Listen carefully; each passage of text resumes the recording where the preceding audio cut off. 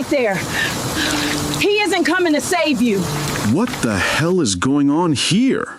I shouted, my voice carrying across the entire property. I never thought I'd be telling this story. My name is Lewis Johnson, and I'm what people call a billionaire. But money doesn't protect you from heartbreak, betrayal, or the worst kind of pain, the kind that comes from the people you trust most. It was supposed to be the perfect surprise. March 15th, Genevieve's birthday. I had spent weeks planning something special, something that would show her just how much she meant to me and my daughter Salima. I'd lied to her that morning, telling her I'd be stuck in meetings all day and couldn't celebrate with her. The disappointment in her voice over the phone still echoes in my mind, but I pushed through it, knowing that by evening, her tears of sadness would turn to tears of joy. I had everything planned perfectly. A brand new Mercedes-Benz sitting in the dealership with a giant red bow, vacation tickets to the Maldives for a week, and dinner reservations at the most exclusive restaurant in the city. But first, I needed my sister Brenda to get Genevieve out of the house so I could set everything up. I trusted Brenda completely. She was my only sister, the woman who had helped me through the darkest period of my life. As I drove through the gates of my estate that afternoon, my heart was racing with excitement. I couldn't wait to see Genevieve's face when she realized what I'd done. I had called Brenda 30 minutes earlier to confirm everything was ready. "Hey sis, I'm about 10 minutes away. Please tell me you have Genevieve ready and waiting outside like we planned." "Oh yes, Lewis," Brenda had said with what I thought was excitement in her voice. "Everything is perfectly set up. She's going to be so surprised." But as my car rounded the final curve of the driveway, what I saw made my blood run cold and my heart stop beating. Before I continue with what happened next, I need you to do something for me. If this story is hitting you in the heart like it's hitting mine to tell it, please subscribe to Pressify Stories right now by clicking on that subscribe button. Hit that like button because this story needs to be heard. And comment below with your country. I want to know where my fellow heartbreak survivors are watching from around the world. Trust me, what happens next will shock you just as much as it shocked me that day. There, in front of my beautiful home, stood 3 people I loved more than life itself, completely drenched in what looked like muddy, dirty water. My 78-year-old mother, Miriam, my 13-year-old daughter, Salima, and my sister, Brenda, all wearing white clothes that were now stained brown and dripping with filth.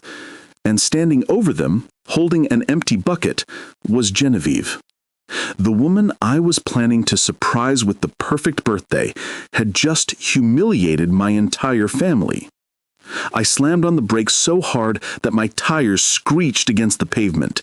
My hands were shaking as I threw the car into park and jumped out, not even bothering to close the door behind me. "What the hell is going on here?" I shouted, my voice carrying across the entire property. Genevieve's head snapped up, her eyes wide with what looked like panic. The bucket slipped from her hands and clattered to the ground. My mother was crying, her usually perfect gray hair matted against her head. Salima looked devastated, her school uniform completely ruined. And Brenda, my sister, was shaking, whether from cold or shock, I couldn't tell. "Lewis," Genevieve stammered, taking a step toward me. "I can explain. This isn't what it looks like." "This isn't what it looks like?" I repeated, my voice getting louder with each word. "My daughter, my mother, and my sister are standing here soaked in dirty water, and you're holding the bucket? What exactly do you think this looks like?" The sight of my family in that condition triggered something primal in me. These weren't just any people. This was my 13-year-old daughter, who had already lost her mother and didn't deserve this kind of treatment. This was my elderly mother who had sacrificed everything to help me raise Salima after my wife passed away. This was my sister, who had been my rock through every difficult moment in my life. And the woman I loved, the woman I was about to give the world to, had just humiliated all of them. But let me back up. Let me tell you how we got to this moment. Because the story of my relationship with Genevieve isn't just a love story. It's a story about loss, hope, and the dangerous game of trusting the wrong people. 5 years before that terrible day, I was a different man. My name is Lewis Johnson, and by the time I was 35, I had built a business empire worth over $2 billion. I owned hotels, restaurants, real estate properties, and tech companies. Forbes magazine had featured me on their cover twice. People called me a success story, the American dream personified.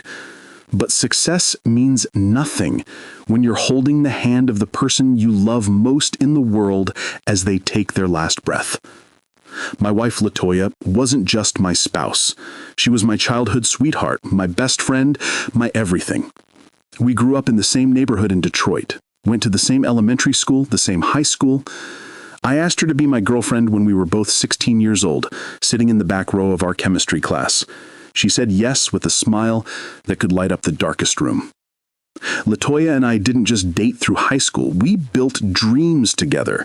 While other teenagers were worried about who they were taking to prom, we were planning our entire future. We got married right after college graduation, and when I started my first business, she was right there beside me, handling the books, answering phones, and believing in me when nobody else did. When I made my first million, Latoya cried. When I made my first billion, she cried again. But she never cried for the money. She cried because she was proud of how far we had come together from that little neighborhood where most kids didn't even dream of going to college, let alone building empires. Salima came into our lives when Latoya was 28 and I was 30. From the moment that little girl opened her eyes, she became the center of our universe. Latoya was the most incredible mother you can imagine. Patient, loving, creative. She would spend hours reading to Salima, teaching her about the world, showing her that she could be anything she wanted to be. Our life was perfect. Too perfect, maybe. The universe has a way of humbling you when you think you have it all figured out. Salima had just turned 8 when Latoya started feeling tired all the time. At first, we thought it was just stress. I was expanding the business, working long hours, and Latoya was essentially raising Salima single-handedly while also helping manage some of my investments. But the tiredness didn't go away. Then came the headaches, then the weight loss. The day the doctor told us it was pancreatic cancer, stage 4, I felt like the floor had disappeared beneath my feet. Latoya, being the strong woman she was, didn't cry in that office. She held my hand and asked the doctor practical questions about treatment options, timelines, and what we needed to do to fight this thing. But that night, when Salima was asleep, Latoya collapsed in my arms and sobbed until she had no tears left. She said, "I'm not ready to leave you. I'm not ready to leave our baby." For the next 8 months, we fought that cancer with everything we had. The best doctors in the world, experimental treatments, clinical trials. I spent more money on medical bills in those 8 months than most people see in a lifetime. None of it mattered. Cancer doesn't care how much money you have. Latoya passed away on a Tuesday morning in October, with me holding one hand and 8-year-old Salima holding the other. Her last words were, "Take care of our baby, Lewis, and don't forget to take care of yourself." I've never felt pain like I felt that day. It wasn't just losing my wife. It was losing my best friend, my business partner, my co-parent, and the only woman I had ever loved. The grief was so overwhelming that there were days I couldn't get out of bed. But I had to. Salima needed me. The next 5 years were the hardest of my life. I threw myself into work because it was the only way I could function. When I was analyzing market trends or negotiating business deals, I could forget for a few hours that the love of my life was gone. But every evening, when I came home to that big, empty house, the silence would hit me like a physical blow. Salima and I learned to navigate our new normal together. She was incredibly strong for a little girl who had just lost her mother, but I could see the sadness in her eyes. I tried to be both mother and father to her, but I knew I was failing in some ways. How do you teach a little girl about things that her mother should have been there to teach her? How do you fill a void that big? My mother, Miriam, moved in with us about 6 months after Latoya's funeral. She could see that I was struggling, and Salima needed more stability than I could provide while also running multiple businesses. Miriam had retired from her job as a school principal, so she had the time to help raise Salima properly. My sister Brenda lived about an hour away, but she started visiting more frequently after Latoya passed away. Brenda had never married and didn't have children of her own, so she poured a lot of her maternal energy into Salima. Between Miriam and Brenda, Salima had strong female figures in her life, which I thought was exactly what she needed. For 5 years, I didn't even look at another woman. I'm not exaggerating. I literally couldn't imagine being with anyone else. Friends would try to set me up on dates. Business associates would invite me to social events where they'd introduce me to beautiful, successful women, but none of it interested me. My heart was buried with Latoya, and I was okay with that. I convinced myself that Salima and I were fine on our own, with help from Miriam and Brenda. I was a good father, a successful businessman, and I was honoring my wife's memory by staying faithful to her even after death. I thought that was enough. I was wrong. Everything changed on a Thursday afternoon in September 2023. Salima was 13 by then, and I was at a business conference downtown when I got a call from her school nurse. "Mr. Johnson, Salima isn't feeling well. She says she has a stomach ache and feels dizzy. Can someone come pick her up?" Miriam was at a doctor's appointment and Brenda was at work, so I left the conference and drove to Salima's school myself. When I got there, I found my daughter sitting in the nurse's office looking pale and miserable. "Hey, baby girl," I said, sitting down beside her. "What's wrong?" "I don't know, Dad. My stomach really hurts, and I feel like I might throw up." I signed her out of school and decided to take her to our family doctor just to be safe. The last thing I wanted was to ignore symptoms and have something serious happen to my daughter. I couldn't survive losing another person I loved. Dr. Thomas examined Salima thoroughly and determined that she had a stomach virus that was going around school. Nothing serious, but she'd need to stay home for a few days and rest.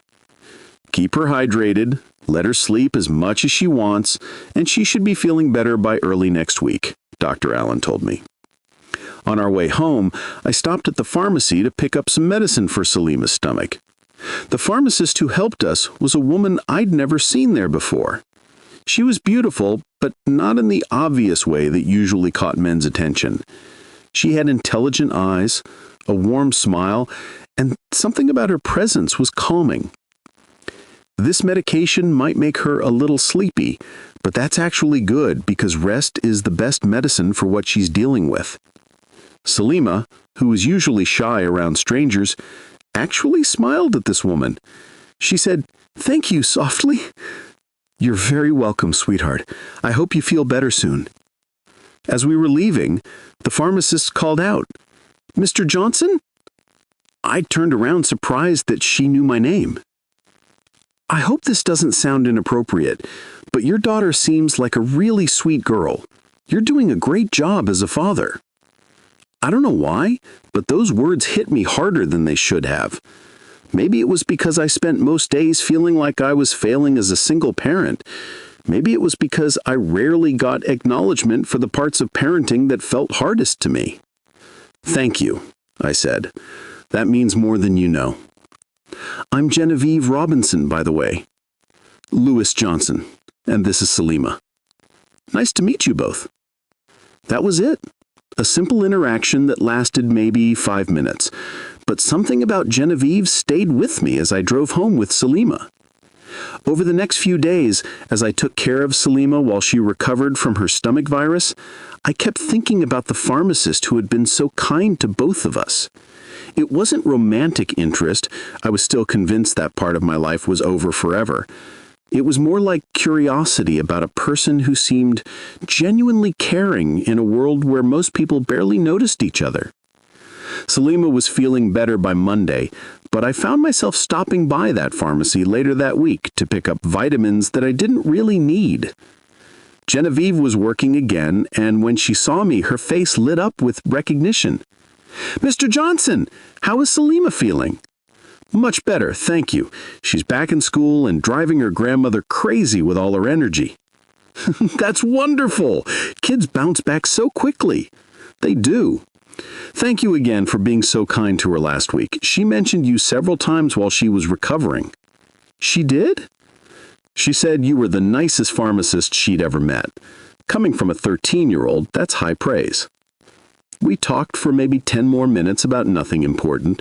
The weather, how busy the pharmacy had been, some changes they were making to the store layout. But there was something easy about talking to Genevieve. I didn't feel like I had to be Lewis Johnson the billionaire or Lewis Johnson the grieving widower. I could just be Lewis. I started finding reasons to stop by that pharmacy once or twice a week.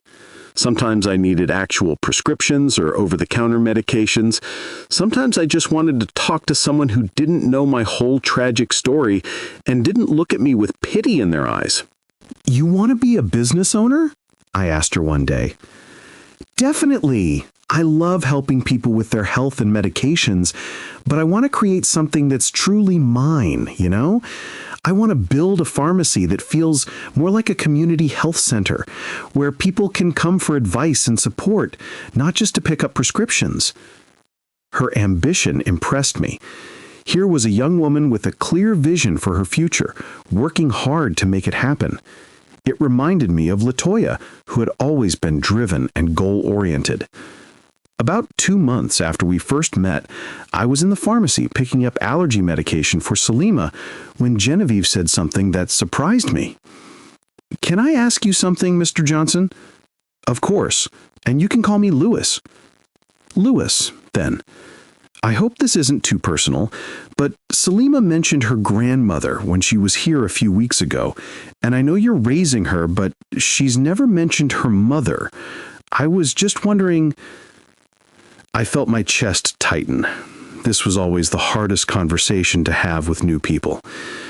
Her mother passed away 5 years ago. Cancer. Genevieve's face immediately filled with compassion. "Oh my God, Lewis! I'm so sorry. I shouldn't have asked." "It's okay. It's a fair question. Salima doesn't talk about her mother much with people she doesn't know well, but LaToya she was everything to us. I can't imagine how difficult that must have been for both of you." What struck me about Genevieve's response was that she didn't try to fill the silence with empty platitudes about how LaToya was in a better place or how everything happens for a reason. She just acknowledged the difficulty of what Salima and I had been through, which somehow felt more respectful than all the well-meaning but hollow phrases people usually offered. "Salima is an incredible kid," Genevieve said after a moment. "You can tell she's been loved and raised well. I try my best, but honestly, most days I feel like I have no idea what I'm doing. Raising a daughter as a single father is harder than running a billion-dollar company." "You're a billion-dollar company owner?" Genevieve asked, but not in the way people usually asked when they found out about my wealth. She seemed more surprised than impressed. "Yes, among other things, yes. But that doesn't make parenting any easier." "I bet it doesn't. Money can solve a lot of problems, but it can't replace a parent's love and attention." That conversation was the moment I realized I was developing feelings for Genevieve. Not because she knew about my money and didn't seem to care, but because she understood that the most important parts of life couldn't be bought. Over the next few weeks, our conversations became longer and more personal. Genevieve would take her lunch breaks when she saw me coming into the pharmacy, and we'd sit in the small break room, talking about everything and nothing. I learned that Genevieve had grown up in a middle-class family in Chicago, that she had put herself through pharmacy school with a combination of scholarships, loans, and part-time jobs. She was close with her parents, but had moved away to build her own life and career. "What made you choose our city?" I asked her one day. "Honestly, the cost of living is lower here than in Chicago, but there are still good opportunities. I researched the area and realized there was a need for more personalized pharmacy services. It seemed like the perfect place to eventually start my own business." "That's smart. Too many people chase opportunities in oversaturated markets." "Exactly. Plus, I like smaller communities. I want to know my customers personally, understand their health needs, be someone they can trust with their questions and concerns." The more I got to know Genevieve, the more impressed I became with her character. She was intelligent, ambitious, caring, and genuine. She worked extra shifts to save money for her future business. She volunteered at a local health clinic on weekends, providing free medication consultations for people who couldn't afford to see doctors regularly. But most importantly, she was wonderful with Salima. I'd started bringing Salima with me to the pharmacy sometimes, and Genevieve always made time to talk with her. She'd ask about school, remember details from previous conversations, and treat Salima like a young adult rather than a child. "Genevieve makes me feel smart," Salima told me one day after we'd visited the pharmacy. "What do you mean, baby girl?" "I mean, when I tell her about school or my friends, she really listens. She asks good questions and remembers what I told her before. Most adults just pretend to care about what kids have to say." That observation from my 13-year-old daughter meant more to me than any business review or magazine article ever had. Salima is an excellent judge of character, probably because she'd learned to be cautious about trusting new people after losing her mother.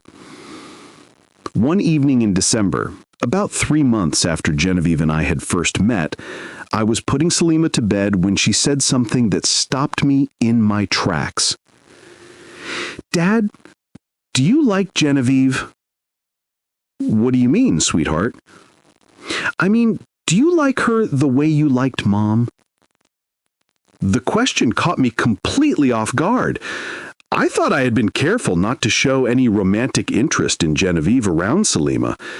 The last thing I wanted was to confuse my daughter or make her feel like I was trying to replace her mother. "Why do you ask that?"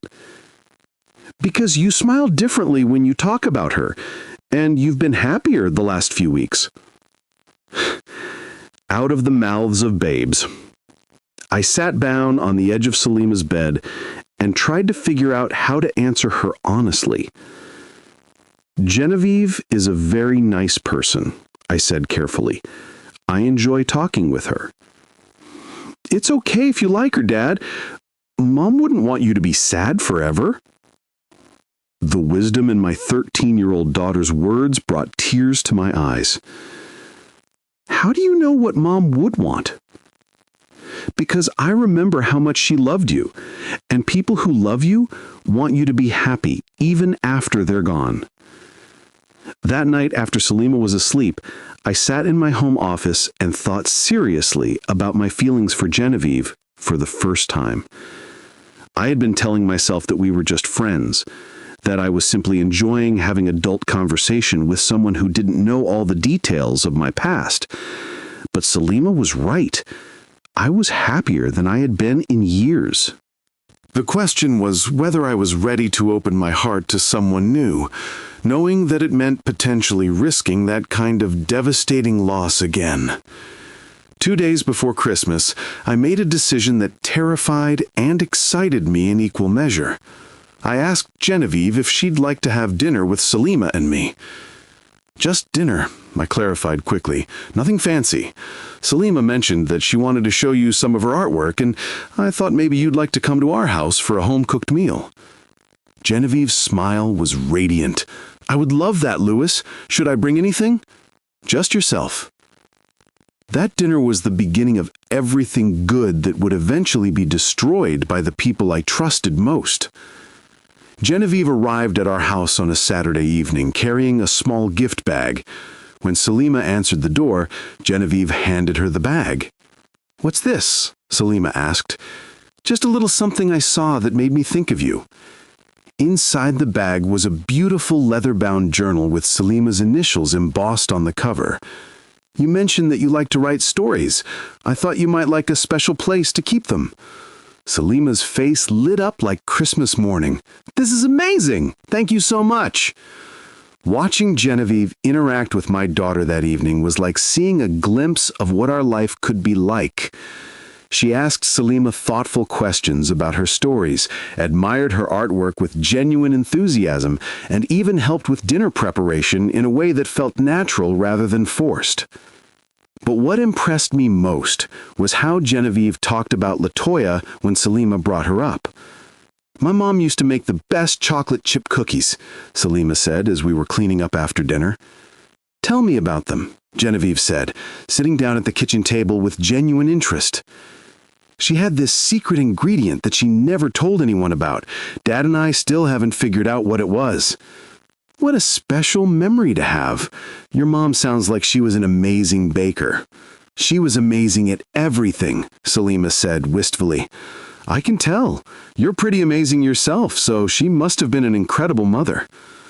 The way Genevieve honored LaToya's memory, instead of feeling threatened by it, told me everything I needed to know about her character. A lesser person might have changed the subject or felt uncomfortable talking about my deceased wife. Genevieve embraced those conversations because she understood that LaToya would always be part of our family. After Salima went to bed that night, Genevieve and I sat in my living room talking until almost midnight. "Thank you for tonight," I said. "Salima really enjoyed having you here." "I enjoyed it too. She's such a special kid, Louis. You've done an incredible job raising her." "I've had a lot of help from my mother and sister." "That's wonderful that you have that support system. What about you? Do you have family here?" "No, my parents are still in Chicago. I miss them, but we talk on the phone several times a week. They're proud of me for pursuing my dreams, even if it means living far away from them." "That's not easy, building a life in a new place without family nearby." "It's not, but it's also exciting. I get to create exactly the life I want without anyone else's expectations or limitations." As Genevieve was getting ready to leave, she turned to me with a question that I'd been hoping she would ask. "Louis, would you like to have dinner again sometime? Just the two of us?" My heart raced, but I nodded. "I would like that very much." "Good. I was hoping you'd say that." Our first official date was the following Friday night. I took Genevieve to a quiet restaurant outside the city, somewhere we could talk without being interrupted by people who knew me. I was nervous in a way I hadn't been since I was a teenager asking LaToya to be my girlfriend. "I need to be honest with you about something," I said, after we'd ordered our food. "Okay." "I haven't been on a date in 20 years. LaToya and I started dating when we were 16, and after she passed away, I never thought I'd want to be with anyone else." "What changed your mind?" "You did. The way you are with Salima, the way you talk about your dreams, the way you make me feel like myself instead of just a grieving widower or a successful businessman. You make me remember that there are still good things in life worth hoping for." Genevieve reached across the table and took my hand. "Louis, I need to be honest with you, too. I've dated other people, but I've never felt this connected to someone. You're kind, intelligent, and devoted to your daughter in a way that shows me exactly what kind of man you are. I'm not trying to replace Salima's mother or compete with her memory. I just want to be part of your lives if you'll let me." That night, I knew I was falling in love again. It felt different than it had with LaToya. I was older, more cautious, carrying more pain, but it also felt like a gift I hadn't expected to receive. Genevieve and I dated for 8 months before I proposed. They were the best 8 months I'd had since LaToya's death. Genevieve brought joy and laughter back into our house.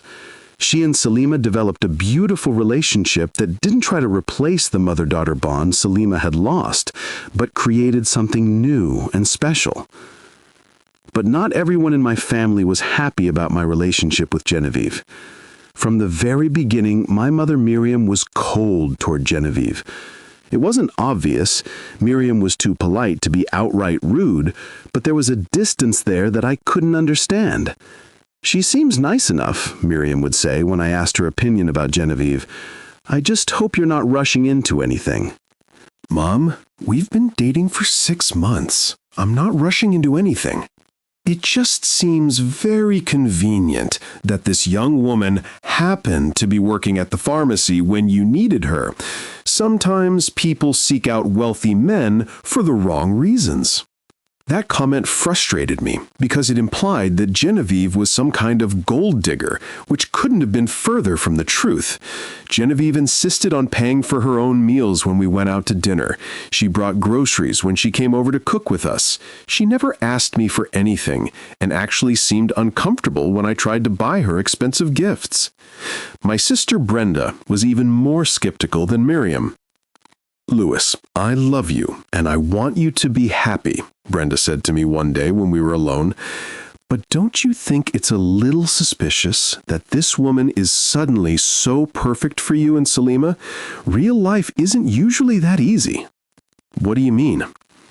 "I mean that Salima has been the center of your world for 5 years. Any woman who wants to be with you is going to have to win Salima over. It's convenient that Genevieve is so good with kids." "Are you suggesting that Genevieve is manipulating Salima?" "I'm suggesting that some people are very good at telling others what they want to hear." These conversations with my mother and sister planted seeds of doubt that I tried to ignore.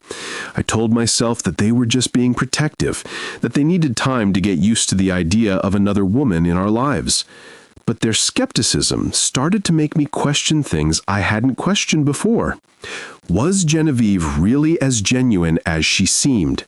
Was I being naive because I wanted so desperately to be happy again?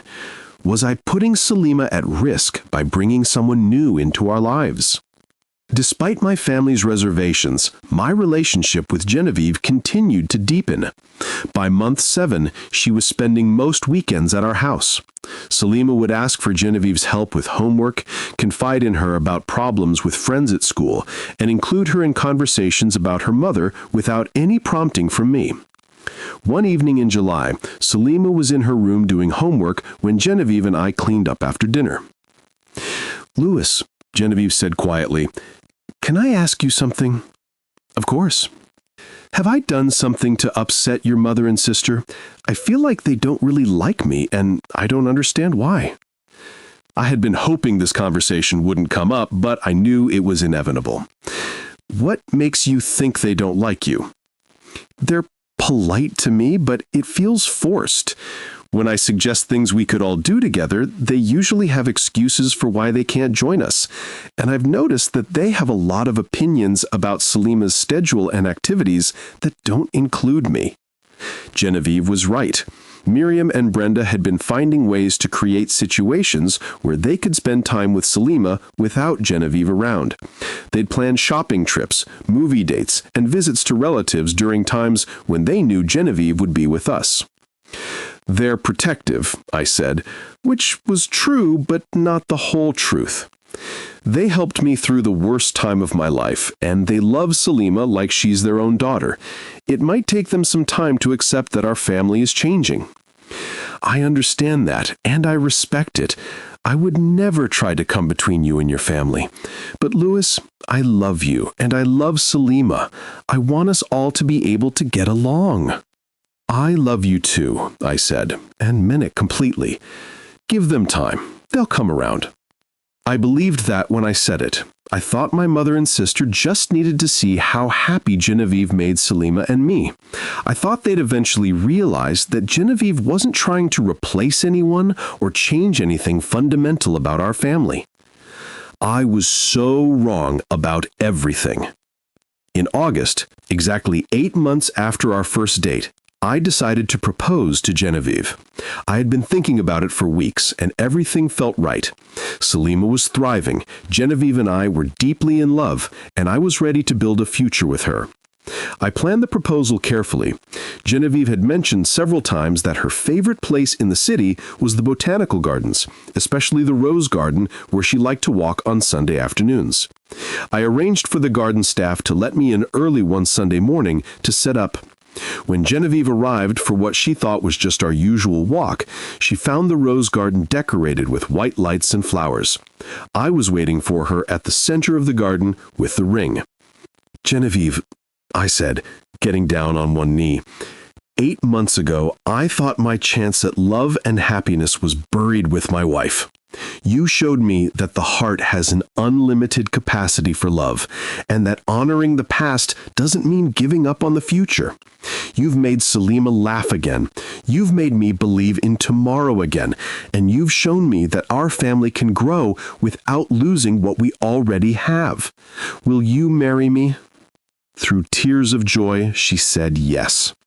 When we got home that afternoon to share the news with Selima, my daughter screamed with excitement and threw her arms around both of us. "Does this mean Genevieve is going to live here all the time now?" "If that's okay with you," Genevieve said. "Are you kidding? That's the best news ever." But when I called Miriam and Brenda to share our engagement news, their reactions were much more subdued. "That's wonderful, son," Miriam said in a tone that didn't sound wonderful at all. "I hope you've thought this through carefully." "Mom, I love her. She loves Selima and me. What more is there to think through?" "Marriage is a big step, especially when children are involved. I just want to make sure you're making this decision for the right reasons." Brenda's response was even more discouraging. "Louis, are you sure you're ready for this? You've been alone for 5 years, and now you're jumping into marriage after 8 months? I'm not jumping into anything. I know what I want." "I hope so. I just don't want to see you or Selima get hurt." The lack of enthusiasm from my family about my engagement bothered me more than I wanted to admit, but I pushed those feelings aside. This was supposed to be one of the happiest times of my life, and I wasn't going to let anyone's negativity ruin it. Genevieve moved into our house 2 weeks after our engagement. It felt natural having her there full-time.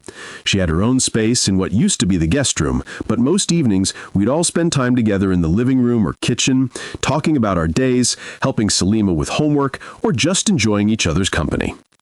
For a few months, everything seemed perfect. Genevieve had given her notice at the pharmacy and was using the time to research locations and investors for her own pharmacy business. I had offered to finance her venture, but she politely declined, saying she wanted to build her business with her own resources and loans she could qualify for based on her business plan. "I appreciate the offer, Louis, but this is something I need to do myself," she explained. "If I'm going to succeed, I want it to be because I earned it, not because I'm engaged to someone with money." Her independence was one of the things I loved most about her. Genevieve never made me feel like she was with me for my wealth. She insisted on contributing to household expenses, she bought her own clothes and personal items, and she even set up a separate savings account where she put aside money each month toward her future business. But while our relationship was flourishing, the tension with my mother and sister was getting worse, not better. Miriam started making subtle comments about how crowded the house felt with another person living there. She'd mentioned how she missed the quiet times she used to have with Selima when it was just the three of us. She'd bring up memories of LaToya at random moments, especially when Genevieve was around, as if she was trying to remind everyone that there had been another woman in this role before. Brenda became even more direct in her disapproval. "Louis, I love you, but I think you're making a mistake," she told me one day when Genevieve was out running errands. "What kind of mistake?" "You're letting this woman change everything about your family. Selima is getting too attached to her. What happens if this doesn't work out? You'll break that little girl's heart all over again." "It's going to work out, Brenda. I'm marrying Genevieve because I love her and because she's good for our family." "She's good for your family, or she's good at making you think she's good for your family? What's that supposed to mean?" I mean that some people are very skilled at becoming exactly what you need them to be. Doesn't it seem a little too convenient that this woman is perfect in every way? These conversations were starting to wear on me. I loved my mother and sister, and their opinions mattered to me, but I also couldn't understand why they couldn't see what I saw in Genevieve. She was kind, intelligent, hardworking, and wonderful with Salima. What more could they want? The situation came to a head in November, about 3 months after Genevieve had moved in. Salima woke up one Monday morning complaining of feeling dizzy and nauseous. By Tuesday, she had developed a fever and was too weak to get out of bed. I took her to Dr. Allen, who ran several tests, but couldn't immediately determine what was wrong. It could be a severe case of the flu, or it could be something else, Dr. Allen explained. I want to keep monitoring her symptoms for a few days. Keep her hydrated, make sure she gets plenty of rest, and call me immediately if her condition gets worse. For the next week, Salima was completely bedridden. She couldn't keep much food down, she slept most of the day, and when she was awake, she was too weak to do much more than watch television or read quietly. Genevieve immediately stepped up to help care for Salima.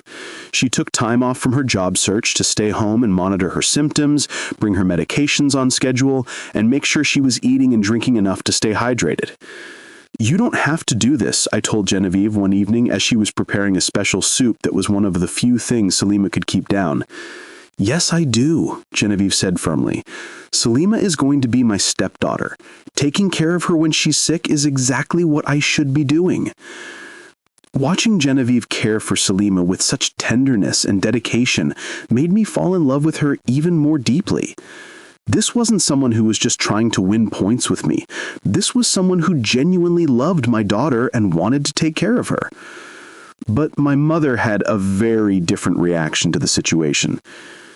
"Louis, I think I should come stay at the house until Salima is feeling better," Miriam announced when I called to update her on Salima's condition. "Mom, that's not necessary. Genevieve and I have everything under control. Salima is my granddaughter, and when she's sick, she needs her family around her. I've been taking care of sick children a lot longer than Genevieve has. Genevieve is going to be Salima's stepmother. She's family too. She's not family yet, Louis, and even when you get married, I'll still be Salima's grandmother. I know what that little girl needs when she's not feeling well." Before I could argue further, Miriam had essentially decided the matter for herself. She showed up at our house the next day with 2 suitcases and announced that she'd be staying until Salima was completely recovered. "I've taken care of Salima every time she's been sick for the past 5 years, Miriam told Genevieve when she arrived. "I know exactly what she needs." Genevieve graciously stepped aside and offered to help in whatever way Miriam preferred, but I could see the hurt in her eyes. She had been doing an excellent job caring for Salima, and Miriam's arrival felt like a judgment that Genevieve wasn't capable or trustworthy enough to handle the situation. Things got even more complicated when Brenda decided to join Miriam at our house. "I want to help take care of Salima too," Brenda announced when she arrived with her own suitcase 2 days after Miriam had moved in. "That little girl means everything to me." Suddenly, our house felt like a completely different place. Instead of the peaceful home that Genevieve and I had been building together, it was crowded with family members who seemed to be competing for authority over Salima's care. Miriam took over the kitchen, preparing all of Salima's meals and insisting that she knew best what foods would help her granddaughter recover. Brenda appointed herself as Salima's entertainment committee, bringing board games, books, and movies to keep her occupied during her recovery. Genevieve tried to find ways to contribute, but every suggestion she made was politely dismissed. "Oh, that's not necessary," Miriam would say when Genevieve offered to help prepare meals. "We've got the entertainment covered," Brenda would add when Genevieve suggested activities for Salima. I could see that Genevieve was feeling pushed aside in her own home, but I was also grateful for the help from my mother and sister. Salima's illness had been scary for me, bringing back painful memories of Latoya's decline, and having experienced caregivers around made me feel more confident that we were doing everything possible to help Salima recover. What I didn't realize was that my mother and sister had their own agenda beyond just caring for Salima. For 2 weeks, our house was like a carefully orchestrated campaign designed to show me that Genevieve wasn't really necessary. Miriam and Brenda worked together seamlessly to take care of every aspect of Salima's needs, from medical care to entertainment to emotional support. "See how well we work together?" Miriam would say to me. "This is what Salima is used to. This is what feels like family to her." "Genevieve means well," Brenda would add, "but she doesn't really know Salima the way we do. There is so many little things about taking care of a sick child that you only learn through experience." I started to notice that whenever Genevieve tried to spend time with Salima, either Miriam or Brenda would find a reason to interrupt. They'd bring medications, suggest that Salima needed to rest, or create some other task that required Genevieve's attention elsewhere. "I feel like I'm in the way," Genevieve told me one evening when we finally had a few minutes alone together. "You're not in the way. My mother and sister are just being extra protective because Salima has been so sick." "Louis, I love Salima like she's my own daughter. I want to take care of her too. But every time I try to help, they make me feel like I'm doing something wrong." "They don't mean to make you feel that way. They're just used to being the primary caregivers in Salima's life." "I understand that, but I'm going to be her stepmother. At some point, I need to be allowed to act like part of this family." I knew Genevieve was right, but I didn't know how to address the situation without creating more conflict. My mother and sister were providing excellent care for Salima, and she was starting to feel better. I didn't want to rock the boat when everything was working. But what I didn't see was how my indecision was affecting Genevieve. She was feeling increasingly isolated in her own home, excluded from decisions about her future stepdaughter's care, and unsupported by the man she was planning to marry. The situation finally exploded on a Tuesday afternoon in late November. Salima was feeling well enough to be out of bed for a few hours, and Genevieve had suggested taking her for a short walk outside to get some fresh air. "I don't think that's a good idea," Miriam said immediately. "The weather is too cold and Salima is still recovering. She needs to stay inside where it's warm." "It's actually a beautiful day," Genevieve replied patiently. "The sun is shining, it's about 65 degrees, and the doctor said fresh air would be good for her recovery." "I think I know what's best for my granddaughter," Miriam said, her voice taking on a sharp edge that I'd never heard her use with Genevieve before. "And I think I know what's best for my future stepdaughter," Genevieve replied, her own patience finally wearing thin. The argument that followed was the first real conflict I had witnessed between the women in my life, and it was awful. "You've known Salima for less than a year," Brenda jumped in. "We've been taking care of her since she was born." "That doesn't mean you have more authority over her care than I do," Genevieve shot back. "I live here. I'm engaged to her father. I love her just as much as you do." "Love isn't the same thing as experience," Miriam said coldly.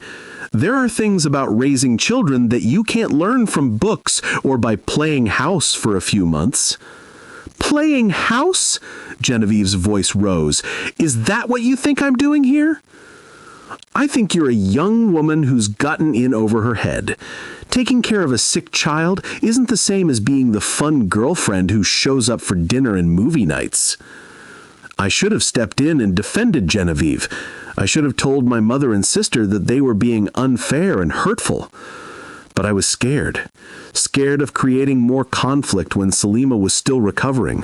Scared of damaging my relationships with the women who had helped me through the worst time of my life. So I said nothing.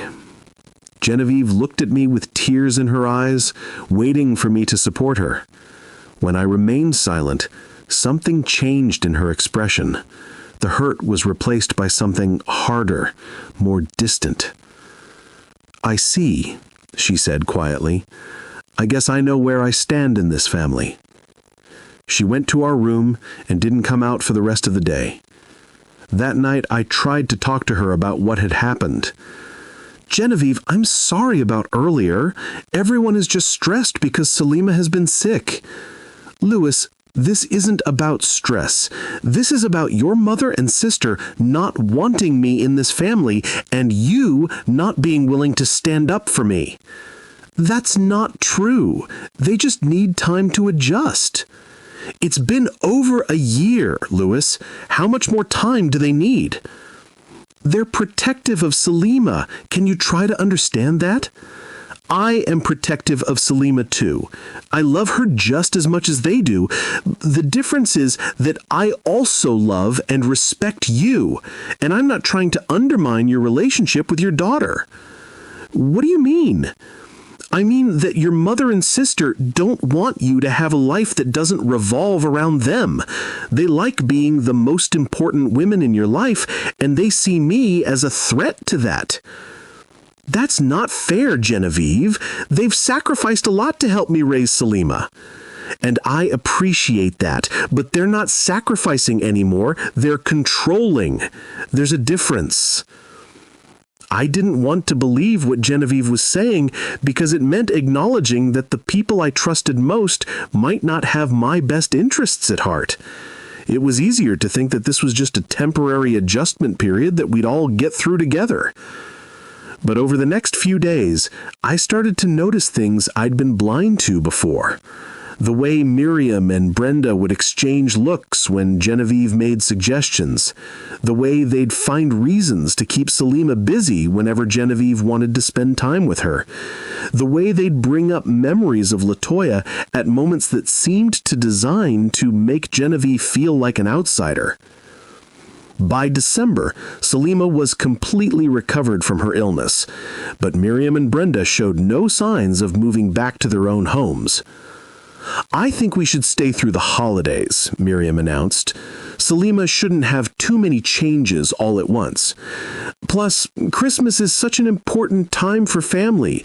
We want to make sure Salima has all the people who love her around during the holidays. The implication was clear. Genevieve wasn't really family, and her presence during the holidays wasn't essential. I was caught in an impossible situation. I loved Genevieve and wanted to build a life with her, but I also couldn't imagine asking my mother and sister to leave when they'd been such an important part of Salima's life for so many years. The breaking point came in early March, just 2 weeks before Genevieve's birthday. Salima had been completely healthy for months, but Miriam and Brenda were still living in our house. They'd established routines and claimed spaces that made it feel like they were permanent residents rather than temporary helpers. Genevieve was becoming increasingly frustrated with the situation, and I could see that she was starting to question whether marrying into this family was what she really wanted. "Louis, we need to talk," she said one evening after dinner. "This living situation isn't working for me anymore." "What do you mean?" "I mean that I don't feel like I have a place in this house. Your mother and sister treat me like a guest in my own home. They make decisions about Salima without including me. They take over household responsibilities that should be mine as your fiancé, and they seem to think that their opinions about our relationship matter more than our own feelings." "They're just being protective." "No, Louis, they're being controlling, and you're letting them." "What do you want me to do?" "I want you to set boundaries. I want you to tell them that while you appreciate their help, you and I are capable of running our own household and raising Salima together." "And if they get upset?" "Then they get upset. Louis, we're supposed to get married in 6 months. At some point, you have to choose between being a son and brother first or being a husband and partner first." The conversation ended without any resolution, but it forced me to confront some uncomfortable truths about my family dynamics. Was I really being a good partner to Genevieve? Was I allowing my mother and sister to undermine the relationship I claimed to value so much? I decided to plan something special for Genevieve's birthday as a way to show her how much she meant to me. If I couldn't figure out how to address the bigger issues with my family, at least I could give her one perfect day that was entirely focused on our relationship. I planned everything meticulously. The Mercedes-Benz with the red bow, the vacation to the Maldives, the dinner at the most exclusive restaurant in the city. Most importantly, I planned to use the day to have a serious conversation with Genevieve about setting boundaries with my family and making our relationship the priority it should have been all along. The plan was simple. I would tell Genevieve that I had to work late and couldn't celebrate her birthday with her. Meanwhile, I'd coordinate with Brenda to get Genevieve out of the house so I could set up the surprises. When Genevieve came back, she'd find the car, the vacation tickets, and me ready to apologize for the way I've been handling things with my family. I called Brenda the morning of Genevieve's birthday to explain the plan. I need you to get Genevieve out of the house for about 2 hours this afternoon. Tell her you want to take her shopping or for coffee, anything to keep her busy while I set up her birthday surprise. What kind of surprise? Brenda asked. I'm giving her a car and booking a vacation for us. But more importantly, I'm going to have a conversation with her about our future and how we need to start putting our relationship first like it should have been all along. There was a pause on the other end of the line. Louis, are you sure that's a good idea? What do you mean? I mean that, don't you think you're moving a little fast? You've been engaged for less than a year, and now you're talking about making your relationship with Genevieve more important than your relationships with the people who've been in your life forever? Brenda, she's going to be my wife. Of course our relationship should be the priority. I just think you should be careful. Selima needs stability, and if this thing with Genevieve doesn't work out, you'll have damaged your relationships with the people who really matter for someone who might not even stick around. Her words hit me harder than they should have.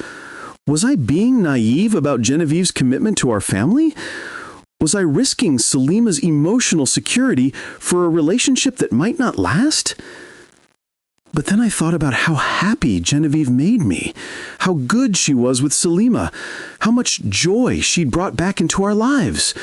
I thought about the way she cared for Selima when she was sick, the way she respected LaToya's memory, the way she'd tried so hard to build relationships with my mother and sister despite their coldness toward her. Brenda, I love Genevieve. She's good for me and good for Selima. I need you to support this relationship, not try to talk me out of it. Okay, Louis, I'll help with your surprise. I'll get Genevieve out of the house this afternoon. I should have heard the resignation in her voice. I should have recognized that her agreement came too easily after her attempts to discourage me. But I was focused on creating the perfect day for the woman I loved, and I trusted my sister to help me make that happen. I had no idea that Brenda and Miriam had been planning something very different for Genevieve's birthday. At 3:30 that afternoon, I was driving home with my heart full of excitement and anticipation. The Mercedes was being delivered to the house at 4 o'clock. I had the vacation tickets in my jacket pocket, along with a small jewelry box containing diamond earrings that I planned to give Genevieve as an additional surprise. I called Brenda to make sure everything was on schedule. Hey sis, I'm about 10 minutes away. Please tell me you have Genevieve ready and waiting outside like we planned. Oh yes, Louis, and everything is perfectly set up. She's going to be so surprised. As I turned into the driveway of my estate, I was mentally rehearsing what I was going to say to Genevieve, how I was going to apologize for not supporting her better with my family, how I was going to promise that our relationship would be my priority going forward, and how I was going to ask her to be patient with me while I figured out how to set appropriate boundaries with my mother and sister. But as my car rounded the final curve and my house came into view, the words I had planned died in my throat. There, standing in front of my home, were 3 people wearing white clothing that was completely soaked with muddy, dirty water. My mother, Miriam, looking frail and shocked, water dripping from her gray hair. My sister, Brenda, her white blouse stained brown and clinging to her body. And my daughter, Salima, my beautiful 13-year-old daughter who had already lost one mother, standing there in her white school uniform that was now ruined with filth, and standing above them, holding an empty bucket, was Genevieve. The woman I had been about to surprise with a car and a vacation had just humiliated the 3 most important people in my life. I slammed on the brakes and jumped out of my car before it had completely stopped moving. What the hell is going on here? The scene in front of me was like something out of a nightmare. Miriam was crying, her hands shaking as she tried to wipe dirty water from her face. Salima looked terrified and confused, her young body trembling from shock and cold. Brenda was standing protectively in front of both of them, glaring at Genevieve with an expression of pure hatred. "Louis!" Genevieve dropped the bucket and stepped toward me, her eyes wide with panic. "I can explain. This isn't what it looks like." "This isn't what it looks like?" I shouted, my voice echoing across the property. "My mother, my sister, and my daughter are standing here soaked in dirty water, and you're holding the bucket. What exactly do you think this looks like?" "Louis, please, you have to listen to me." "No, I don't have to listen to anything. Look at them. Look at my family." I rushed to Salima first, wrapping my arms around my shivering daughter. "Baby girl, are you hurt? Are you okay?" "I'm okay, Daddy," but I could hear the tears in her voice. "But I'm so cold, and my uniform is ruined." "We're going to get you cleaned up and warm, sweetheart, I promise." I turned to my mother, who looked smaller and more fragile than I'd ever seen her. "Mom, are you all right? Do you need medical attention?" "I'm fine, Louis. I can't believe she would do something like this." "Brenda?" I looked at my sister, who was still glaring at Genevieve with an expression that could have melted steel. "I'm okay, Louis, but this is exactly what we've been trying to tell you about her." "Louis, please," Genevieve was crying now, reaching out toward me. "You have to let me explain what really happened here." "Explain?" I turned on her with fury I'd never felt in my life. "Explain how you threw dirty water on a 78-year-old woman? Explain how you humiliated a 13-year-old child who's done nothing but love and trust you? What possible explanation could you have for this?" "It was an accident. I was trying to—" "An accident?" Brenda stepped forward, her voice shaking with anger. "An accident doesn't explain why you were screaming at us before you threw that water. An accident doesn't explain why you told us we weren't welcome in this house." "That's not what happened," Genevieve protested. "Are you calling me a liar?" Miriam asked, her voice quiet but deadly serious.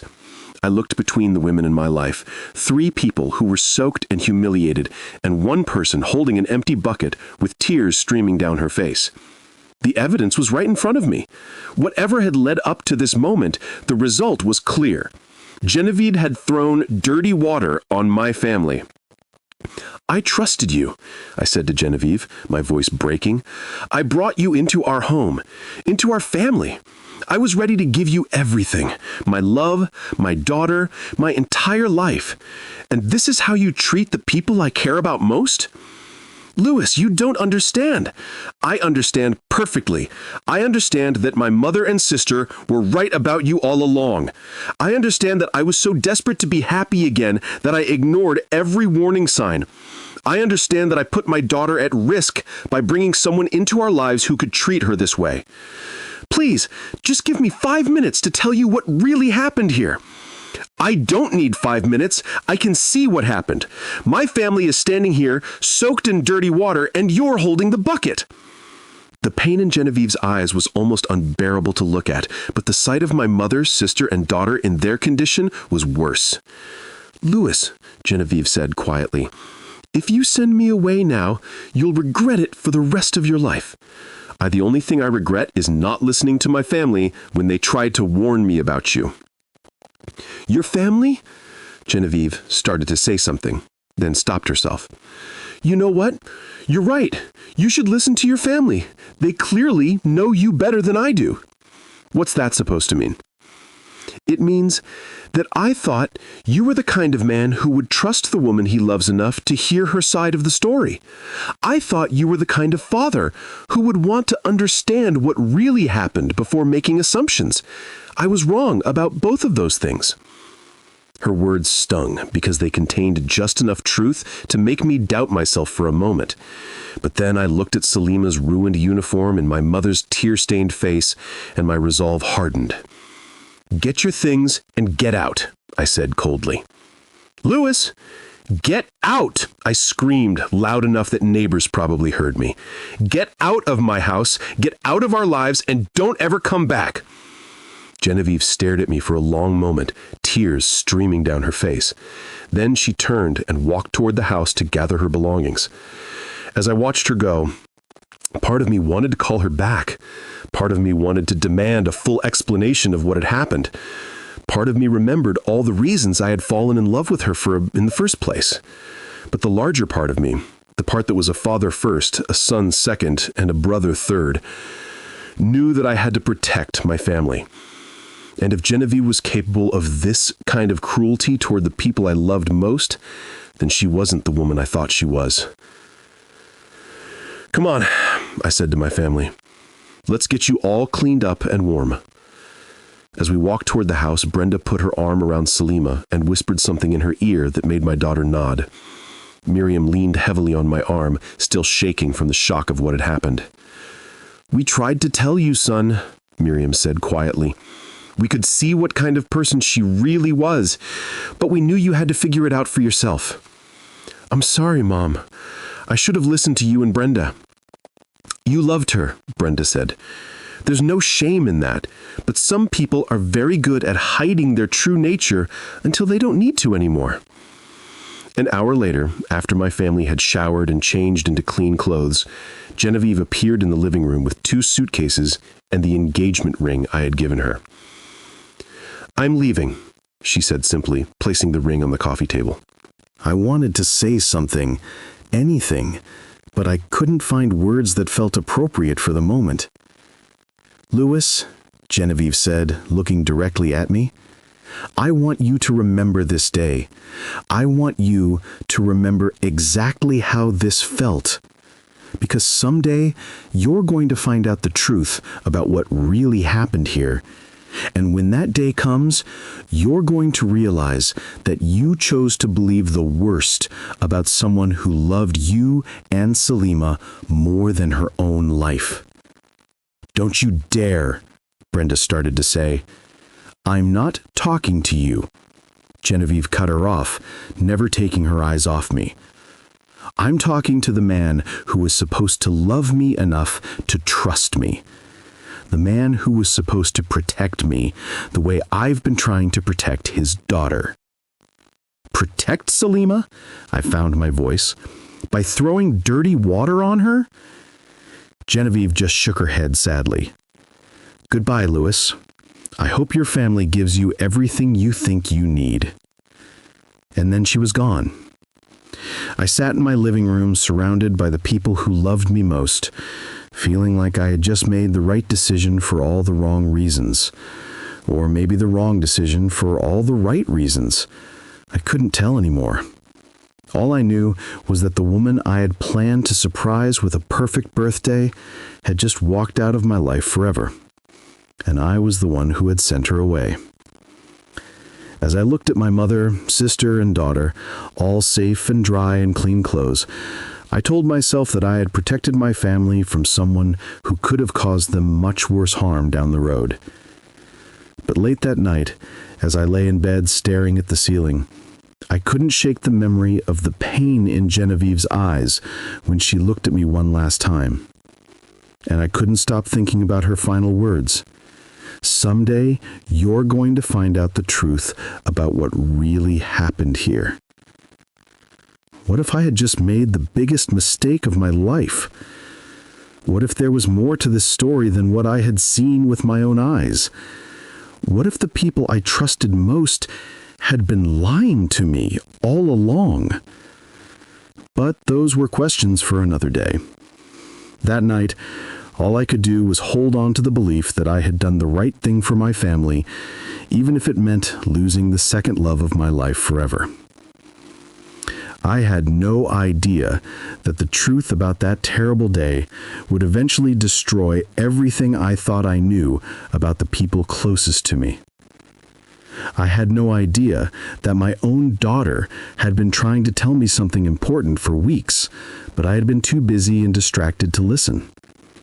I had no idea that the woman I had just banished from our lives was innocent of everything I had accused her of.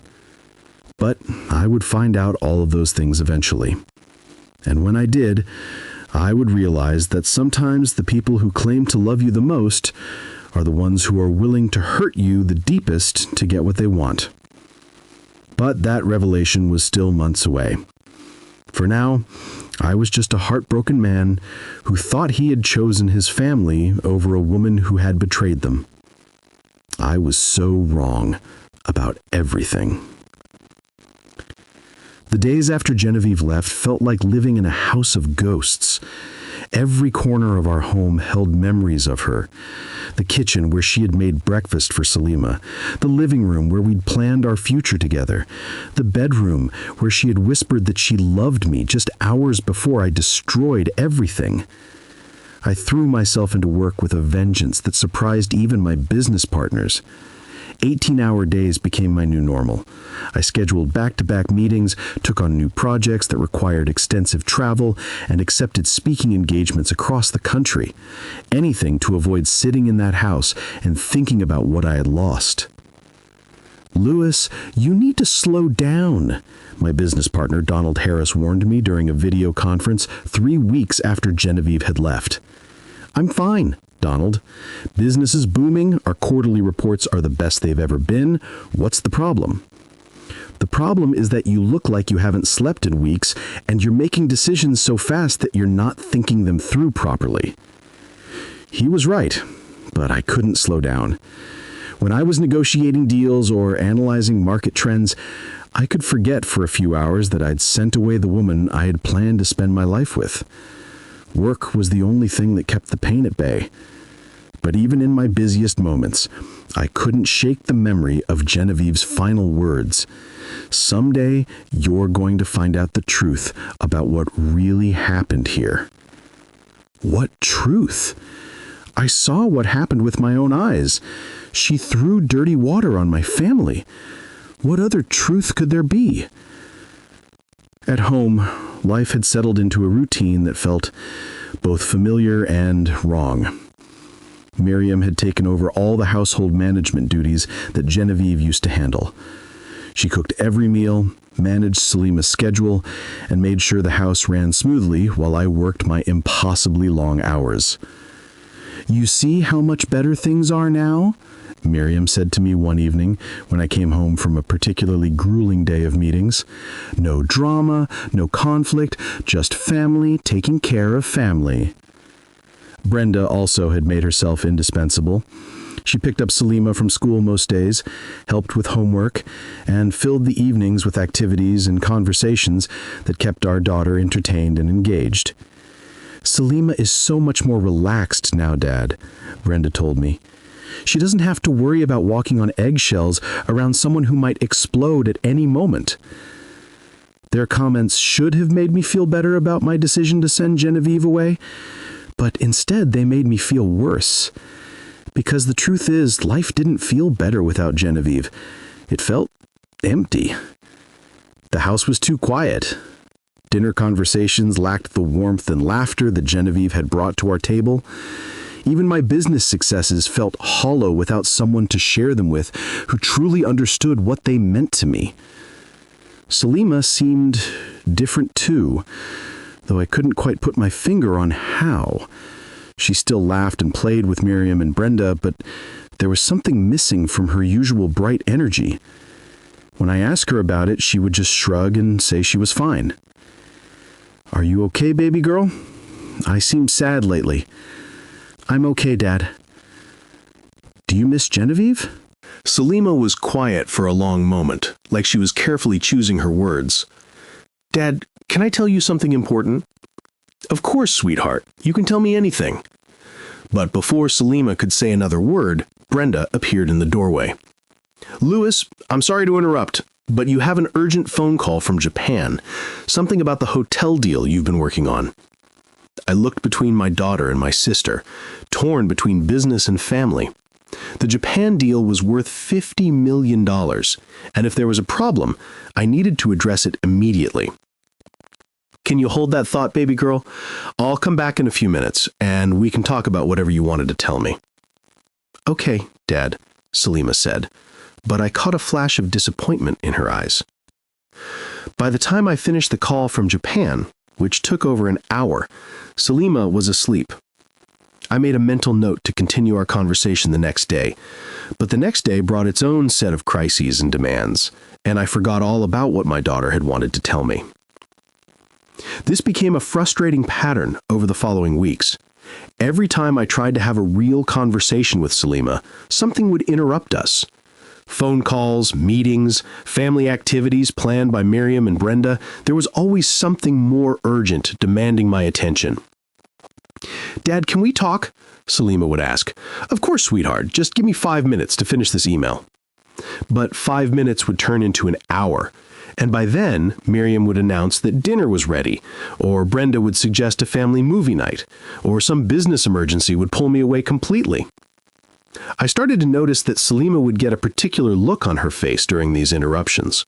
Frustrated, almost desperate. Like she was carrying something heavy that she needed to share, but couldn't find the right moment. Is everything okay at school? I asked her one morning over breakfast. School is fine, Dad, but I really need to...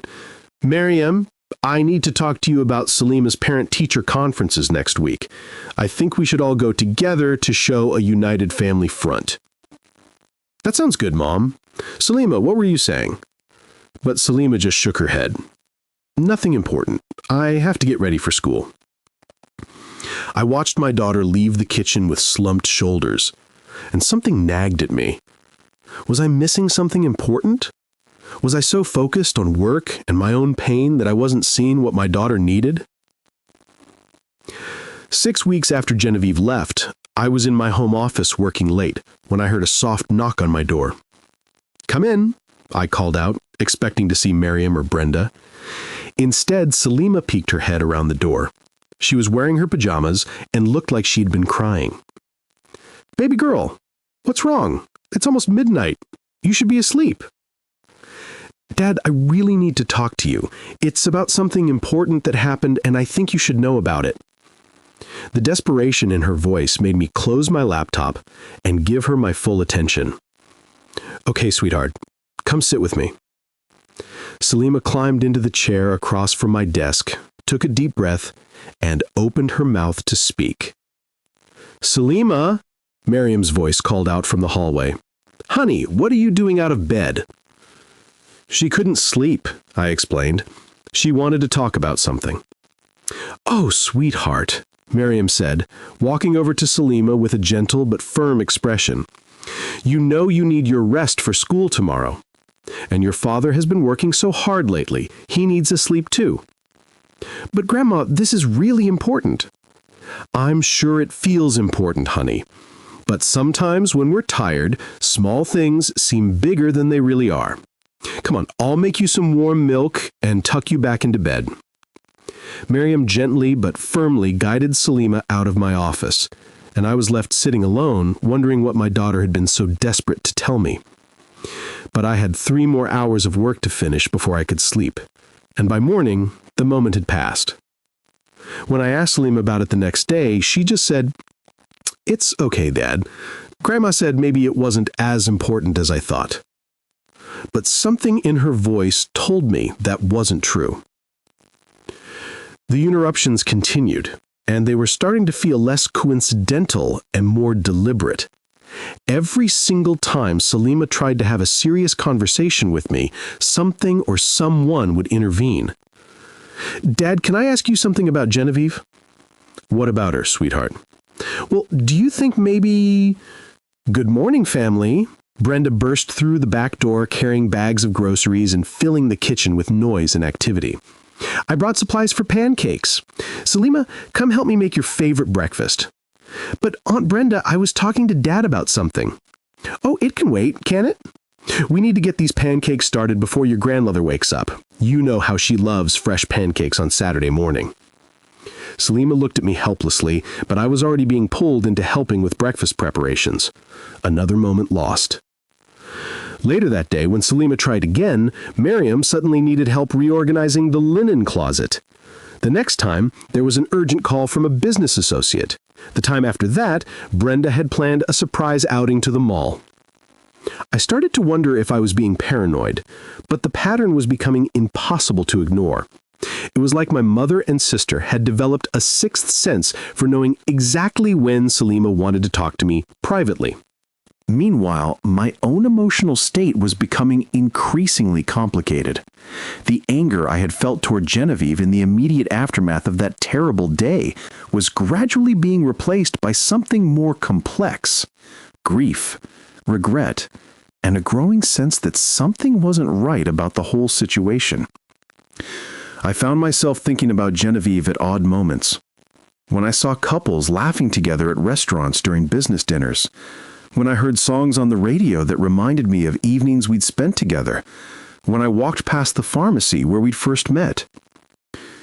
"You're thinking about her again," Brenda said one evening when she found me staring out the window instead of eating the dinner Miriam had prepared.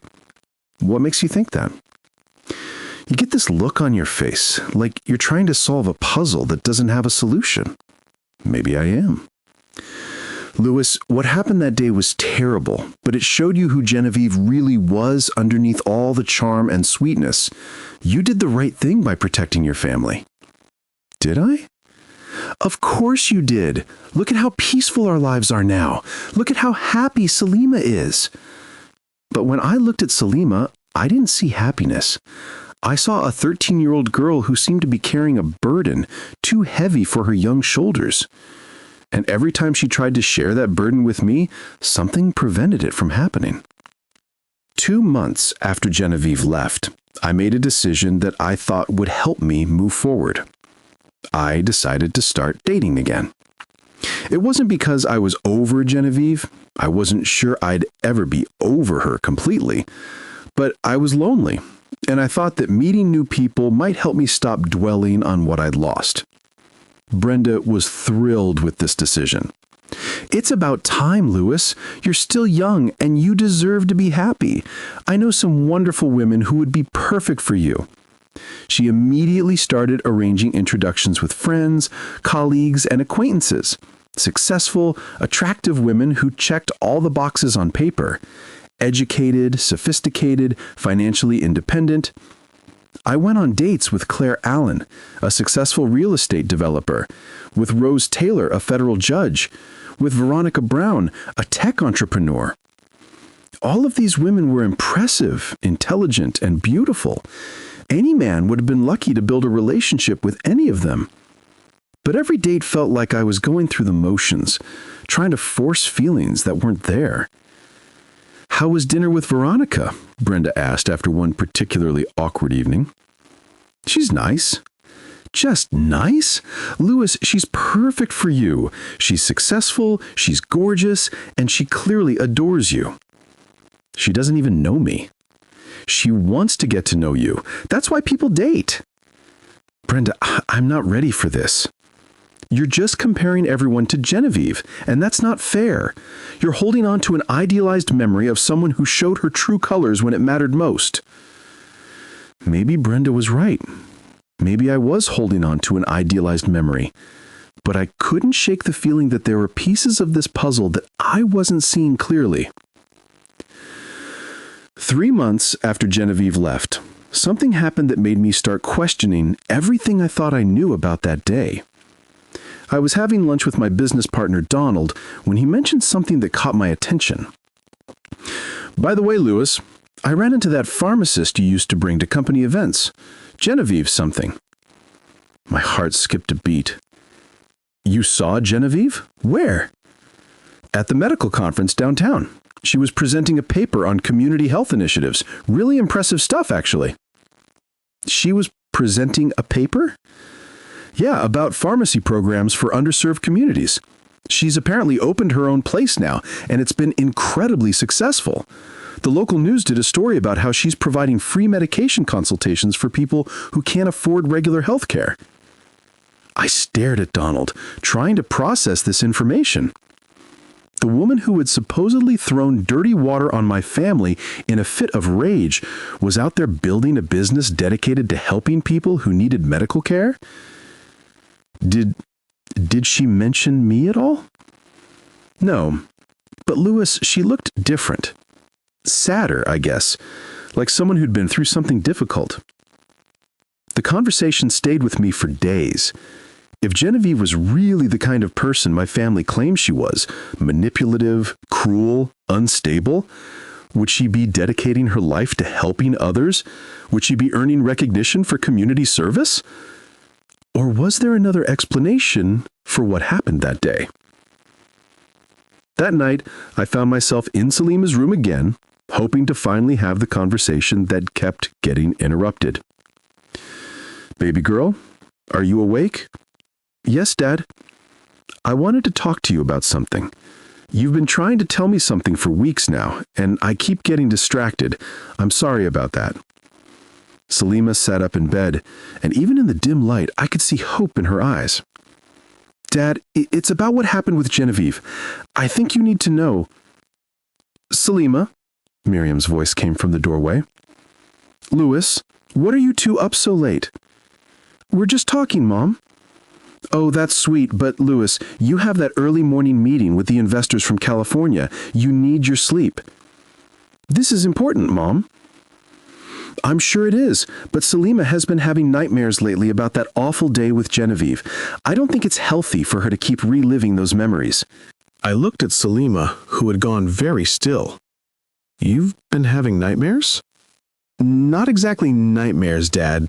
More like dreams about what happened," Miriam said quickly. "She keeps having dreams about that woman throwing water on her. Dr. Allen said it might be a form of trauma response." "Dr. Allen said that?"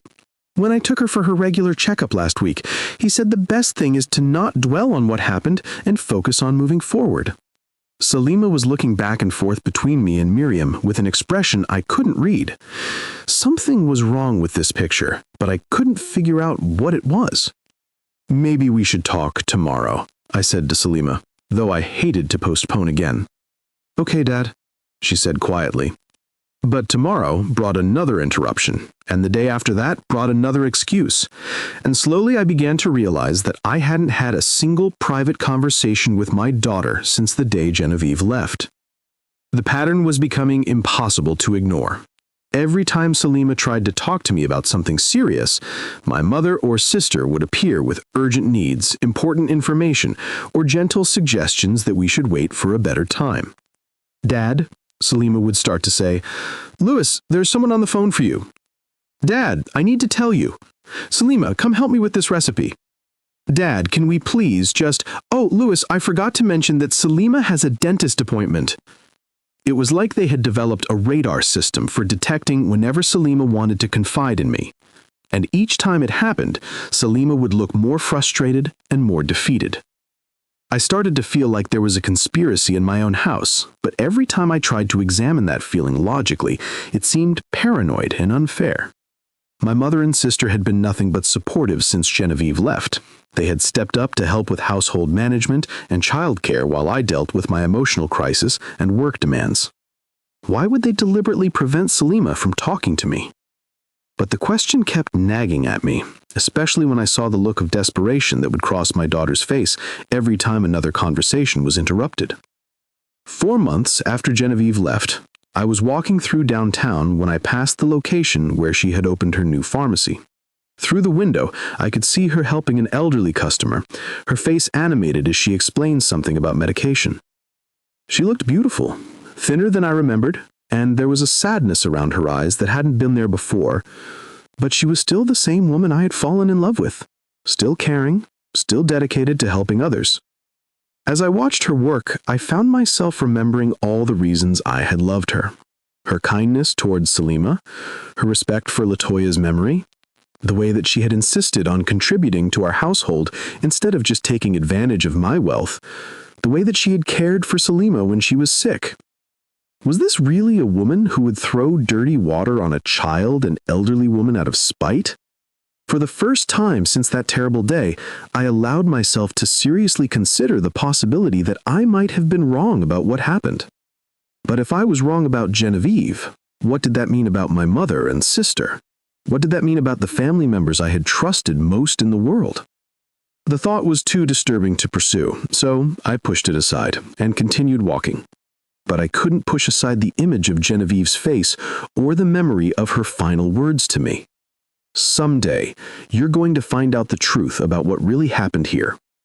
That evening, I came home determined to finally have an uninterrupted conversation with Salima. I was going to turn off my phone, ignore any interruptions, and listen to whatever she had been trying to tell me for months. But when I walked into the house, I found Miriam and Brenda in the kitchen, whispering urgently about something. They stopped talking when they saw me. "Is everything okay?" I asked. "Oh, yes, everything's fine," Miriam said quickly. "We were just discussing Salima's school schedule." "Where is Salima?" "She's at a sleepover at her friend Rhoda's house," Brenda said. "She'll be back tomorrow afternoon." I felt a surge of frustration, another missed opportunity to talk to my daughter. She didn't mention a sleepover this morning. "It was a last-minute invitation. Rhoda's mother called this afternoon, and we thought it would be good for Salima to spend time with friends her own age." Something about their explanations felt rehearsed, but I couldn't put my finger on why. Next time, I'd like to be consulted before Salima makes plans like that. "Of course, Louis. We just thought you were so busy with work that you wouldn't want to be bothered with social arrangements." They were right. I had been overwhelmed with work, but still something felt off about the timing. The next day, when Salima came home from her sleepover, she seemed even more withdrawn than usual. When I asked her about her time at Rhoda's house, she gave vague answers and quickly excused herself to go to her room. I followed her upstairs and knocked on her door. "Come in, Dad." "How was the sleepover, baby girl?" "It was fine." "Just fine? You usually love spending time with Rhoda." Salima was quiet for a moment, like she was deciding to say something. "Dad, can I ask you something?" Of course. Do you think Genevieve was a bad person? The question caught me off guard. Why do you ask? I keep thinking about her, and I can't understand why she would do what everyone says she did. It doesn't seem like her. Sometimes people aren't who we think they are, sweetheart. But what if they are who we think they are, and we just don't understand what really happened? Before I could respond, Brenda appeared in the doorway. "Louis, your lawyer is on the phone. He says it's urgent about the merger you've been working on." I looked at Salima, who had already closed down again. Another moment lost. Another conversation interrupted. As I left to take the call, I heard Brenda say to Salima, "You know, sweetheart, sometimes it's better not to dwell on sad things from the past. It just makes everyone hurt more." The call from my lawyer took 2 hours to resolve, and by the time I finished, Salima was asleep. But her questions stayed with me. What if Genevieve really was who we thought she was? What if we just didn't understand what really happened? What if the truth about that day was something completely different from what I had believed for the past 4 months? The thought scared me more than I wanted to admit, because if I had been wrong about Genevieve, then I had made a mistake that might be impossible to fix. And if I had been wrong about that day, what else had I been wrong about? Destroyed? The best thing that had happened to me and Salima since Latoya's death? Sent away an innocent woman who loved us both? Betrayed that trust in the worst possible way? Tomorrow I would find out the truth, no matter what it cost me. 5 months had passed since I made the biggest mistake of my life, though I didn't know it yet. That Saturday night, after deciding I would finally get the truth from Salima, I went to bed with a determination I hadn't felt in months. But sleep didn't come easily. I tossed and turned, my mind racing with questions that had been building for weeks. Why did Salima always look so desperate when she tried to talk to me? Why did every conversation get interrupted at the crucial moment? Why did something feel wrong about the whole situation with Genevieve? Finally, around 2 a.m., exhaustion won, and I fell into a deep sleep. That's when she came to me. Latoya appeared in my dream as clearly as if she were standing right beside my bed. She looked exactly as she had before the cancer took her, vibrant, beautiful, with that gentle smile that had captured my heart when we were teenagers. But her eyes held a sadness I'd never seen there when she was alive. "Louis," she said, her voice soft but urgent, "my love, you need to wake up." "Latoya, is this real?" "As real as it needs to be. Louis, you're failing our daughter." "What do you mean?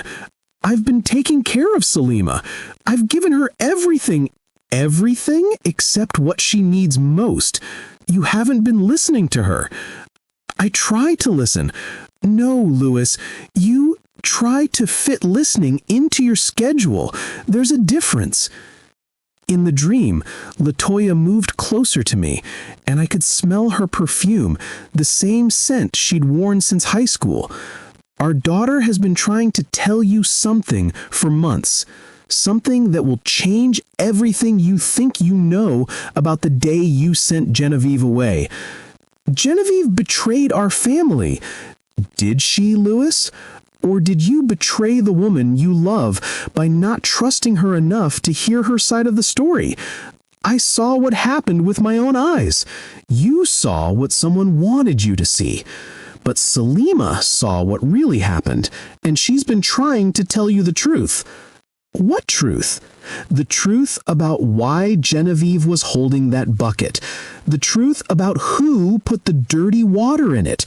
The truth about who positioned your family exactly where they needed to be to get splashed." My heart started racing, even in sleep. "What are you saying?" "I'm saying that the people you trust most have been lying to you, and Salima knows it." "That's impossible." "Louis, remember when I was dying and I made you promise to take care of our baby? I didn't just mean provide for her financially.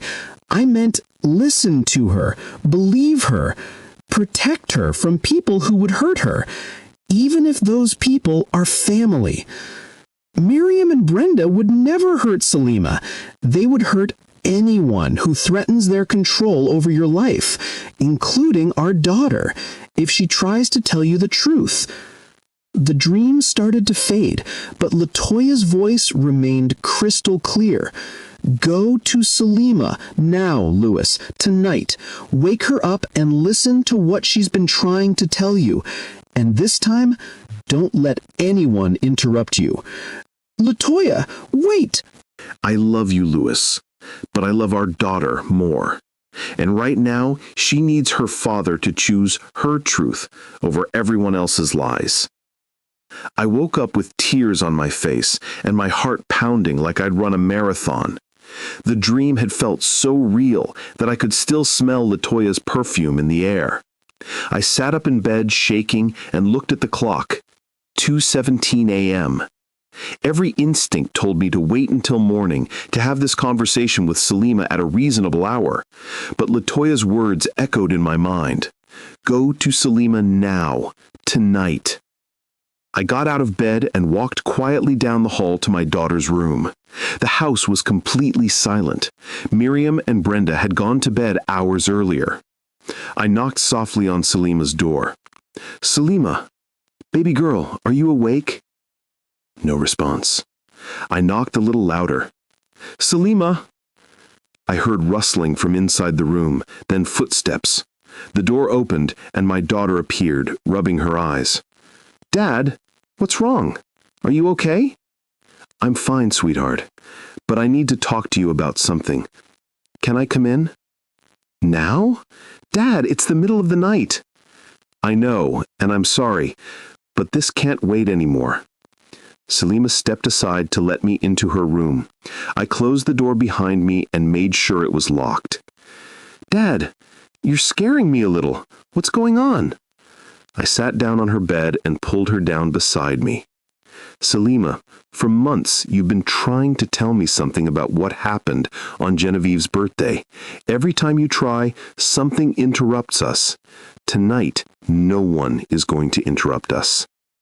"But Dad, Grandma says—" "I don't care what Grandma says. I don't care what Aunt Brenda says.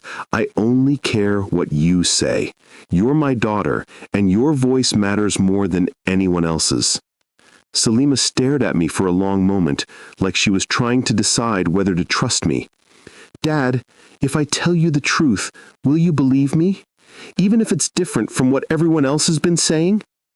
"I will believe you, baby girl. I promise." She took a deep breath that seemed too big for her 13-year-old body. "Dad, Genevieve didn't throw dirty water on us on purpose." "What do you mean?" "I mean, she didn't know it was dirty water, and she didn't know we were standing where it would hit us." My mouth went dry. "Salima, I need you to tell me exactly what you saw that day. Everything." "Okay, but Dad, you have to promise not to get mad at me for not telling you sooner. I tried so many times, but—" "I'm not mad at you, sweetheart. I'm mad at myself for not listening sooner."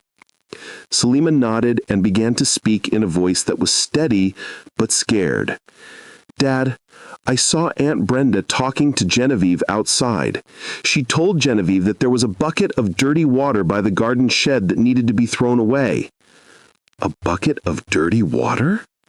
"But Dad, when Aunt Brenda first went outside, that bucket had clean water in it. I saw her pour dirt and mud into it while Genevieve wasn't looking." The room started spinning. "You saw Brenda put dirt in the water?" "Yes, and then she told Genevieve to wait while she went to get something from the shed. But she didn't go to the shed, Dad. She came inside and got me and Grandma." "She got you and Grandma?" "She told us to put on white clothes because she wanted to take pictures of us in the garden. She said white would look pretty with the flowers." I felt sick. "What happened next?" "She brought us outside and positioned us in exactly the spot where the water would hit us when Genevieve threw it away. Then she called out to Genevieve and told her to go ahead and throw the water away." "And Genevieve had no idea?" "No, Dad. She looked confused when Aunt Brenda told her to throw it, but she did it because Aunt Brenda said it needed to be done. And when it splashed on us, Genevieve looked horrified. She kept saying it was an accident and trying to apologize." "What did Aunt Brenda and Grandma do?" "They started yelling at Genevieve, telling her that she had done it on purpose. Aunt Brenda said that Genevieve had been waiting for a chance to humiliate our family. And then you drove up." I put my head in my hands. The woman I had loved, the woman I had been planning to surprise with the perfect birthday, had been completely set up by my own family. "Salima, why would Aunt Brenda and Grandma do something like this?" "Dad, they didn't want you to marry Genevieve. They kept saying that once you got married, everything would change, and they wouldn't be as important to you anymore." "That's not true." "I know, but they didn't believe it. They also said that Genevieve was just using you for your money, even though that didn't make sense because Genevieve always paid for her own things and never asked you to buy her stuff." I thought about how Genevieve had insisted on contributing to household expenses, how she had refused my offer to finance her pharmacy business, how she'd been saving her own money to pursue her dreams. "Salima, did they say anything else about why they didn't like Genevieve?" "Aunt Brenda said that Genevieve made her feel bad about herself because Genevieve was successful and independent and Aunt Brenda wasn't." "What do you mean?" I heard Aunt Brenda talking to Grandma one day. She said that Genevieve was around the same age as her, but was already making millions of dollars with her own business, while Aunt Brenda had to depend on you for everything. The pieces were falling into place, and the picture they created was devastating. My mother and sister hadn't just been protective of our family, they had been protecting their positions in our family. They had seen Genevieve as a threat to their influence and their financial security. Dad, there's something else. What, sweetheart? I tried to tell you what really happened that day, right after it happened. But when you were yelling at Genevieve, everyone was talking so loud that no one could hear me. I remember. And then after Genevieve left, I kept trying to tell you the truth. But every time I started to, Grandma or Aunt Brenda would interrupt us. You think they were doing it on purpose?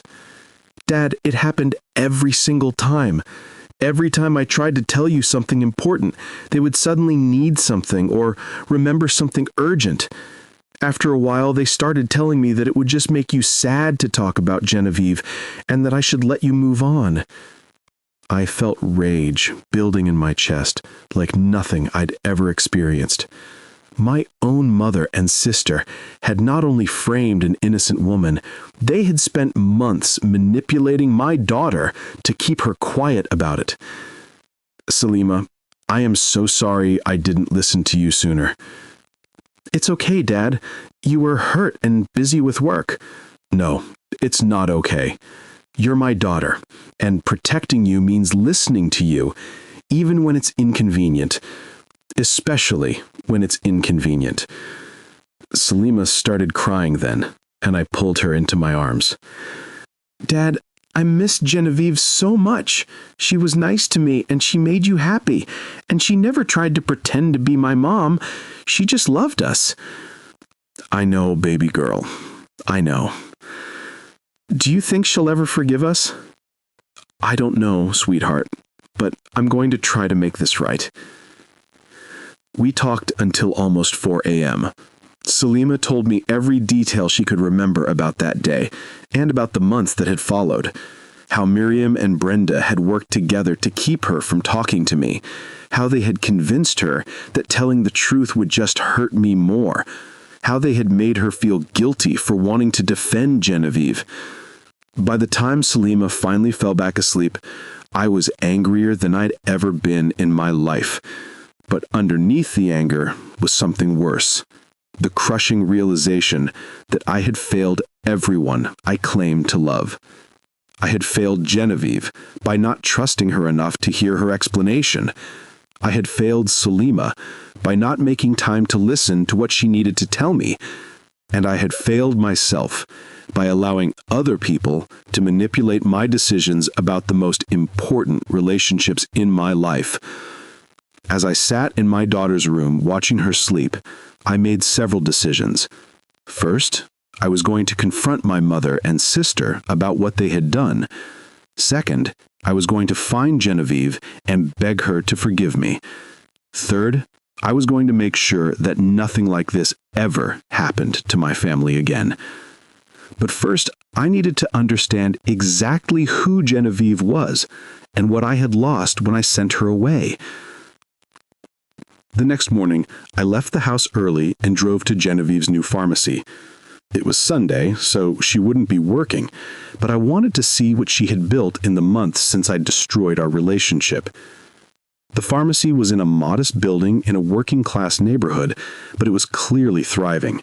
Through the windows, I could see shelves stocked with medications, a consultation area where customers could speak privately with a pharmacist, and a small waiting area with comfortable chairs and health education materials. A sign on the door read, Robinson Community Pharmacy, affordable health care for everyone, free medication consultations every Saturday. I drove to the local library and spent the next 3 hours researching everything I could find about Genevieve's business and her work in the community. What I discovered made me feel even worse about what I had done.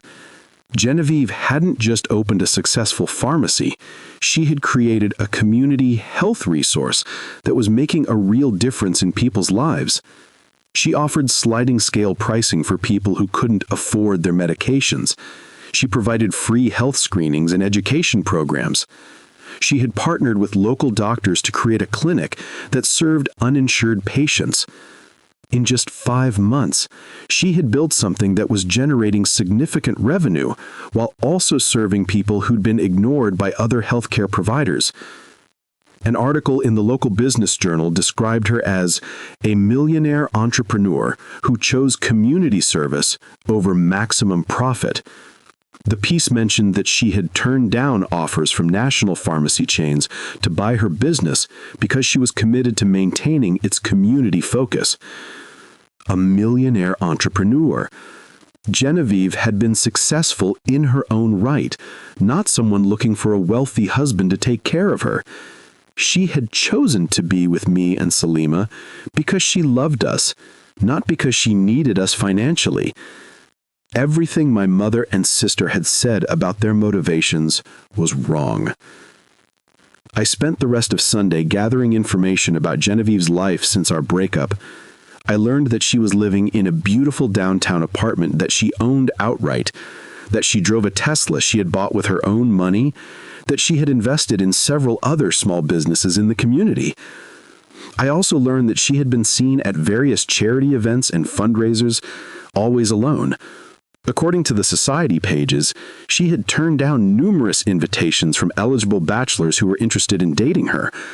She wasn't just surviving without me, she was thriving. But she was doing it alone. That evening, I came home prepared to confront my mother and sister about what they had done. But first, I wanted to make sure Salima was safe and supported. Baby girl, I need to have a difficult conversation with Grandma and Aunt Brenda tonight. Are you okay with that? What are you going to tell them? I'm going to tell them that I know the truth about what happened with Genevieve, and that their behavior toward you and me has been unacceptable. Dad, what if they get mad? Then they get mad. Salima, part of being a good father is protecting you from people who would hurt you, even if those people are family. What about our living situation? Grandma and Aunt Brenda live here now. That's going to change. Our house needs to be a place where you feel safe to tell me anything without worrying about who might be listening or who might try to stop you. Salima looked relieved. I love Grandma and Aunt Brenda, but I don't like feeling like I have to keep secrets from you. You should never have to keep secrets from me, sweetheart. That's my fault for not creating an environment where you felt safe to talk to me. After Salima went to bed, I asked Miriam and Brenda to join me in the living room for a family meeting. This sounds serious, Brenda said as they sat down on the couch across from me.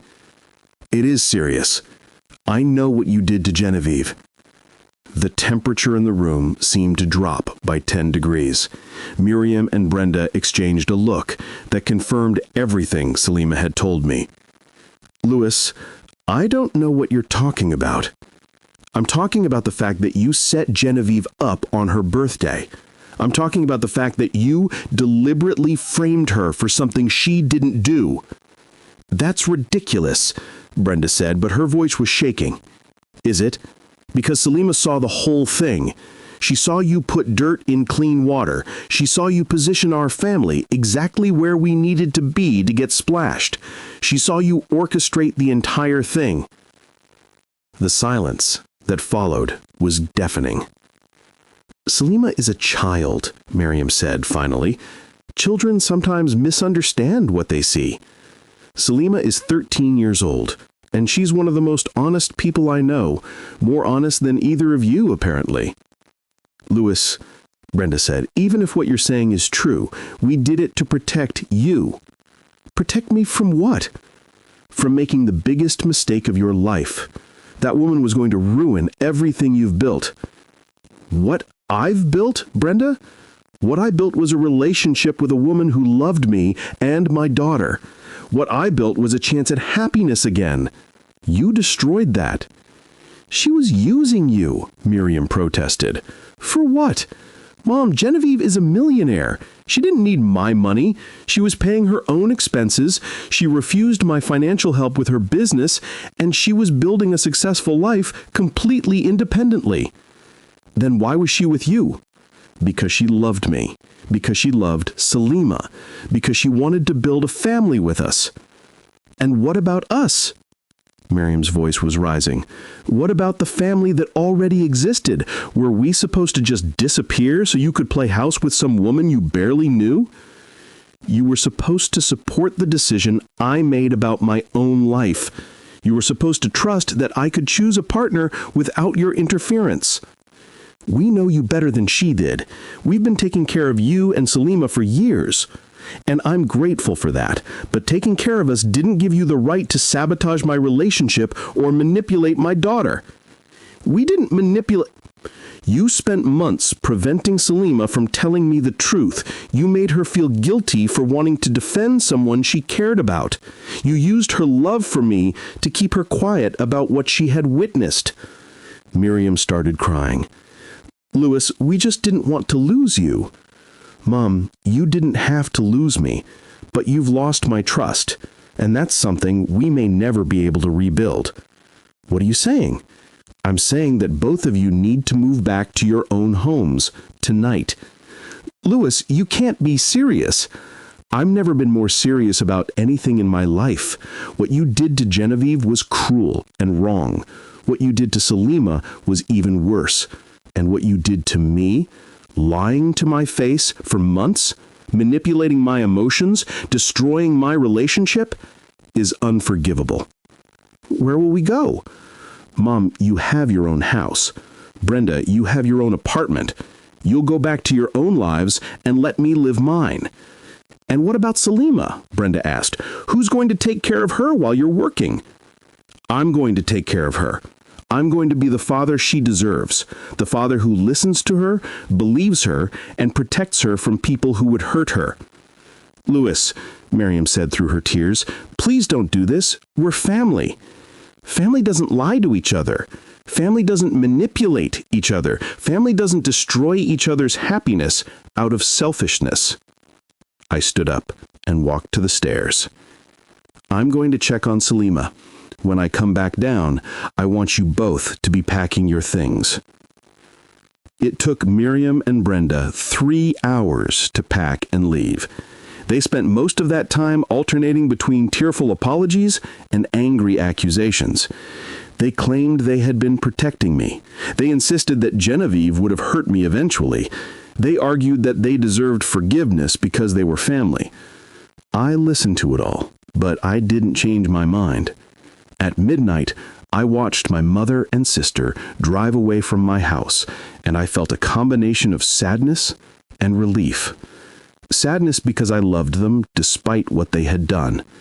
Relief because my daughter and I were finally free to rebuild our relationship without their interference. Dad? Salima appeared at the top of the stairs in her pajamas. Are Grandma and Aunt Brenda gone? They're gone, baby girl. For how long? I don't know. That depends on whether they can learn to respect our family's boundaries. Salima came downstairs and sat beside me on the couch. Are you okay, Dad? I'm sad, but I'm okay. Are you okay? I'm relieved. I love them, but I didn't like feeling like I had to choose between them and telling you the truth. You should never have to make that choice again. We sat together in the quiet house, and for the first time in months, I felt like we were actually a family again. Dad, what are you going to do about Genevieve? I'm going to try to win her back. But Salima, I need you to understand that she might not forgive me. I hurt her badly, and I don't know if she'll be willing to give us another chance. She'll forgive you, Dad. How can you be so sure? Because she loved us enough to leave when she thought it was best for our family. That kind of love doesn't just disappear. The next morning, I called my office and cleared my entire schedule for the entire week. Then I began the most important campaign of my life, winning back the woman I had wronged. My first stop was a florist, where I ordered the largest arrangement of white roses they could create. White roses had been Genevieve's favorites. My second stop was a jewelry store, where I bought a necklace with a pendant that read, "Truth," in elegant script. My third stop was Genevieve's pharmacy. I arrived at 9 a.m., right when she opened for business. Through the window, I watched her unlock the door and turn on the lights.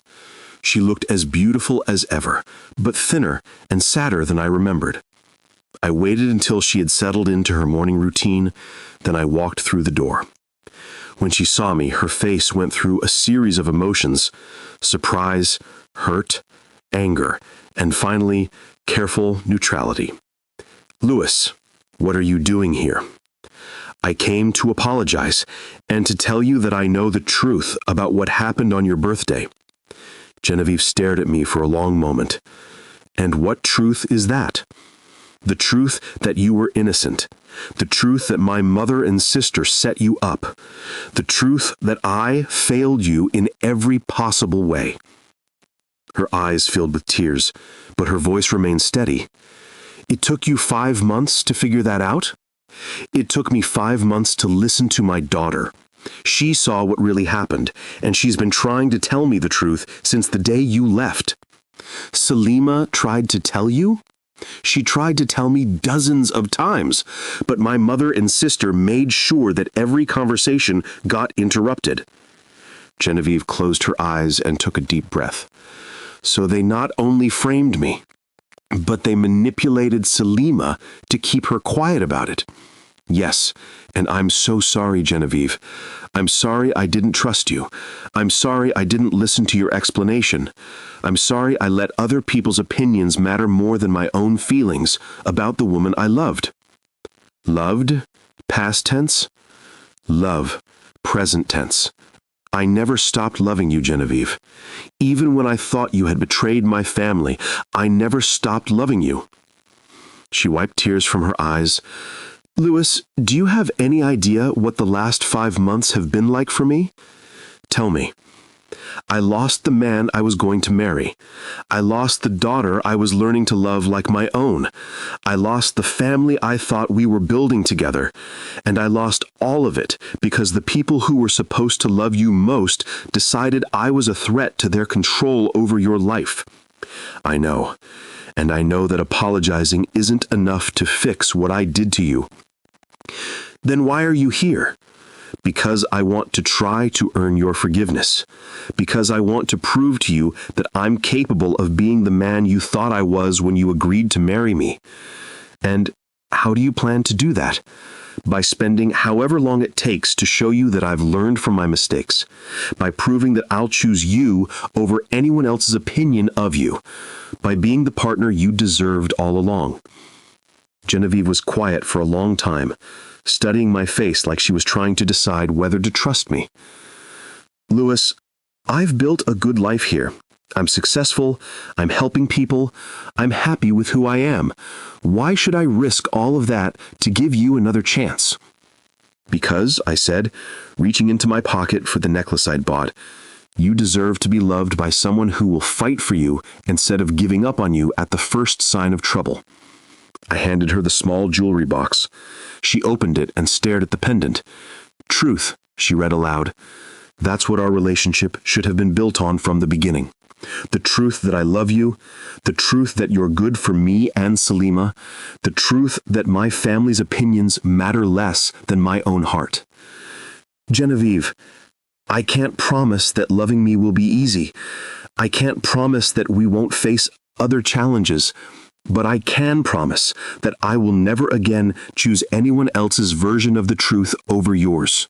What about your mother and sister? Are they still living in your house? Still controlling your life? They moved out last night. For good. And Salima, how does she feel about all of this? She misses you. She's been missing you for 5 months, but my mother and sister convinced her that talking about you would make me sad. So she's been carrying this burden alone. Not anymore. Salima and I had a long conversation about everything that happened. She knows that I know the truth, and she knows that she can talk to me about anything without fear of being silenced. Genevieve walked over to the window and stared out at the street for several minutes. "Louis, if I give you another chance, things have to be different." "How?" "I need to know that you trust me, really trust me, Not just when things are easy, but when things get complicated and people try to come between us. I have your word. I need to know that Salima's voice matters to you, that you'll listen to her even when it's inconvenient. I've already changed my work schedule to make sure I have time for her every day. No interruptions, no exceptions. And I need to know that you're choosing me because you want me, not because you feel guilty about what happened. I walked over to where she was standing and gently turned her to face me. Genevieve, I'm choosing you because 5 months without you has been the worst 5 months of my life. I'm choosing you because I wake up every morning wishing I could share my coffee with you. I'm choosing you because I see couples laughing together, and I miss laughing with you. I'm choosing you because you made me a better man, and I want to be that man again. Louis, I'm choosing you because when I thought about what kind of stepmother I wanted for Salima, you were everything I could have hoped for. I'm choosing you because you respected LaToya's memory while still making space for your own place in our family. She was crying now, and so was I. Most of all, I'm choosing you because I love you, not because it's convenient or comfortable, but because you're the best thing that's happened to me since LaToya died, and I was an idiot to let anyone convince me otherwise. Genevieve looked into my eyes for a long time, like she was searching for something. If we do this, she said finally, we're doing it right. No more letting other people interfere in our relationship, no more choosing family politics over our love for each other. Agreed. And we're going to counseling, both of us, individually and together. We need to learn how to communicate better and how to handle outside pressure. Whatever you need.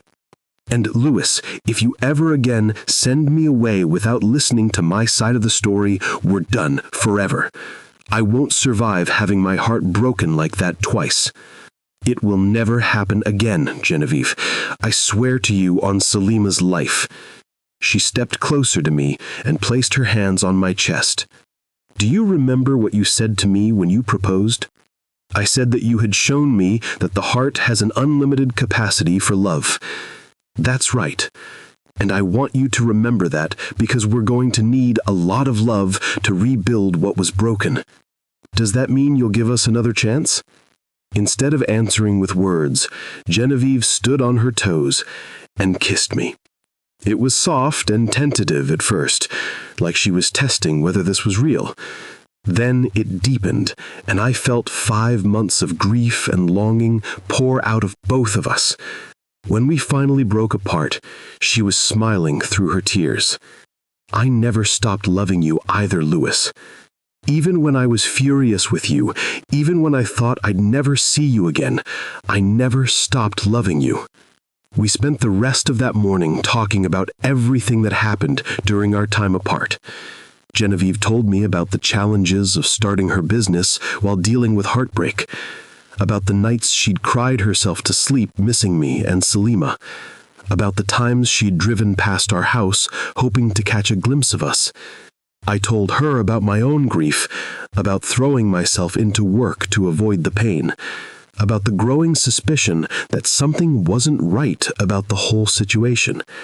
Louis, can I ask you something? Anything. Why didn't you come looking for me sooner? Even if you believed what your family told you about that day, didn't you miss me enough to want to see me again?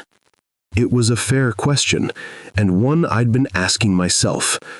I think I was afraid, I admitted. Afraid that if I saw you again, I'd realize I'd made a mistake. And if I'd made a mistake about something that important, what did that say about my judgment, about everything else? What changed? Salima. Watching her try so desperately to tell me something and realizing that I wasn't listening to the person whose opinion should matter most to me. She's a remarkable young woman. She is. And she loves you, Genevieve. She's been missing you as much as I have. I've missed her too. I've missed our dinners and helping her with homework and hearing about her day at school. Would you like to see her? More than anything. But Louis, we need to take this slowly. She's been through a lot, and I don't want to confuse her or get her hopes up if we're not sure this is going to work. I understand, but I think she'd like to know that you're back in our lives, even if we're taking things one step at a time. Dad, what are you doing here? I wanted to drive you home, and I wanted to tell you something. As we drove home, I told Salima about my conversation with Genevieve. She forgave you? She's willing to try again. But Salima, it's going to take time for us to rebuild what was broken. We're not just going to go back to the way things were before. I understand, Dad. I just want her to know that I never believed what Grandma and Aunt Brenda said about her. You can tell her that yourself. She's coming to dinner tomorrow night. Salima's face lit up like Christmas morning. Really? Really. But, sweetheart, we all need to be patient with each other. We all got hurt, and it's going to take time to heal. I know, Dad, but we can heal together, right? I hope so, baby girl. I really hope so. The next evening, when Genevieve arrived for dinner, Salima ran to her and wrapped her in the biggest hug I'd ever seen. I missed you so much, Salima said, crying. I missed you too, sweetheart, Genevieve replied, holding my daughter like she was afraid to let her go. Genevieve, I tried to tell Dad what really happened. I tried so many times, but I know, Salima. Your father told me, and I want you to know that none of this was your fault. You did everything you could to tell the truth. But I should have tried harder. No, sweetheart, you're a child, and the adults around you should have made it safe for you to speak your truth. That wasn't your responsibility. Watching Genevieve comfort my daughter, I realized something profound. This woman didn't just love me, she understood how to love my daughter in exactly the way Salima needed. She validated Salima's feelings without making her feel responsible for adult problems. That dinner was the beginning of our healing process. We talked openly about everything that had happened, and for the first time in months, our house felt like a home again. Over the next few weeks, Genevieve and I rebuilt our relationship slowly and carefully. We went on dates, just the two of us, relearning how to be together without the pressure and interference we'd faced before. We also spent time together with Salima, rediscovering what it felt like to be a family. We started couples counseling, which helped us develop better communication skills and strategies for handling outside pressure. We also worked with a family therapist who helped Salima process what she'd been through. The most important thing, our counselor told us, is that you've all learned to prioritize honest communication over keeping the peace. That's going to serve you well in the future. 1 month after our reconciliation, I proposed to Genevieve again. This time, I did it at home with Salima present because I wanted our daughter to be part of the moment when we officially committed to being a family.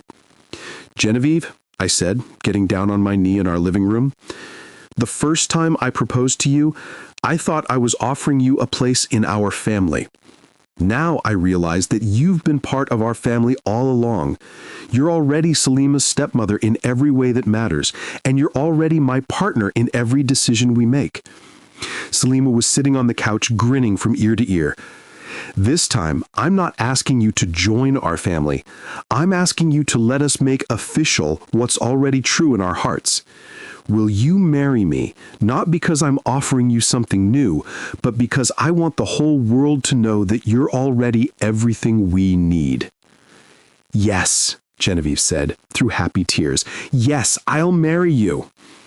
When I slipped the ring on her finger, Salima cheered and jumped up to hug both of us. We're really going to be a family.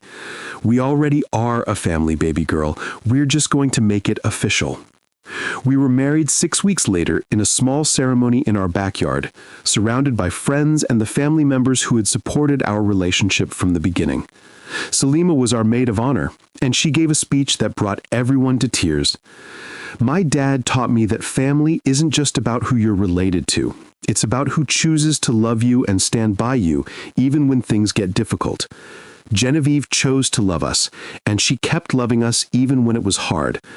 That makes her the best stepmom in the world. After the ceremony, as Genevieve and I danced to our wedding song, she whispered in my ear, "I love you, Lewis Johnson, and I love the man you've become through all of this." What kind of man have I become? The kind of man who listens to his daughter, the kind of man who fights for the people he loves, the kind of man who can admit when he's wrong and work to make it right. I love you too, Genevieve Johnson, and I promise you'll never have to doubt that again. Our first year of marriage was everything I had hoped it would be when I first fell in love with Genevieve. Our house was filled with laughter, conversation, and the kind of warmth that comes from people who genuinely enjoy being together. Genevieve's pharmacy business continued to thrive, and I was so proud of what she had accomplished. She had proven that success and compassion could go hand in hand, and she had built something that was making a real difference in our community. Salima flourished, having both of us fully present and engaged in her life. Her grades improved, she made new friends, and she developed interests and hobbies that reflected her own personality rather than what other people thought she should be doing. Most importantly, I had learned to be the kind of father my daughter deserved. I made time for her every day, without exceptions. I listened to her thoughts and feelings, even when they were inconvenient or challenging. And I made sure she always knew that her voice mattered to me more than anyone else's. 2 years after Genevieve and I remarried, we received news that changed everything. Miriam had suffered a heart attack and was in the hospital. Despite everything that had happened between us, she was still my mother, and I couldn't ignore her medical crisis. "I want to go see her," I told Genevieve. Of course you do. She's your mother. Will you come with me? If you want me there, I'll be there. And Salima. I think Salima should choose for herself whether she wants to see her grandmother. When we asked Salima, she thought about it for a long time before answering. I want to see Grandma, but only if we can all go together. I don't want to be alone with her and Aunt Brenda. We'll all go together, I promised. At the hospital, Miriam looked smaller and frailer than I'd ever seen her. Brenda was sitting beside her bed, and when she saw us walk in, her expression was a mixture of relief and resentment. "Louis," Miriam said weakly, "you came." "Of course I came, Mom. You're in the hospital." "I thought, after everything that happened, I thought you might not want to see me." I looked at my mother lying in that hospital bed, and despite all the pain she had caused, I felt love for her. But it was a different kind of love than I'd felt before. Love with boundaries, love with conditions. "Mom, I will always love you, but I can't have you in my life if you're going to continue trying to hurt my family." "I wasn't trying to hurt your family. I was trying to protect it." "From what?" "From making the same mistakes I made, from trusting the wrong people." Genevieve stepped forward. "Mrs. Johnson, what mistakes do you think you made?" Miriam looked at Genevieve with surprise, like she hadn't expected to be addressed directly. "I trusted people who said they loved me, but really just wanted what I could give them." "And you thought I was doing the same thing to Louis?" I thought you were too good to be true. I thought someone that perfect had to be hiding something." "Mrs. Johnson, I'm not perfect. I make mistakes. I have bad days. I get frustrated and angry sometimes. But I love your son and your granddaughter, and I would never do anything to hurt them." I can see that now. I can see how happy Louis is, how well Salima is doing. I was wrong about you. Brenda shifted uncomfortably in her chair. "Mom, don't..." "No, Brenda. I'm tired of being wrong. I'm tired of being angry. I'm tired of missing my son and granddaughter because I was too stubborn to admit my mistakes." Over the next hour, we had the most honest conversation our family had ever had. Miriam apologized for what she had done to Genevieve and for manipulating Salima to keep her quiet about the truth. She admitted that she had been afraid of losing her importance in our lives, and that she had let that fear turn her into someone she didn't recognize. Brenda was less willing to accept responsibility, but she eventually acknowledged that their actions had been wrong. "What happens now?" Miriam asked. "Now we start over. But things have to be different this time. You have to respect my marriage and my decisions about my family.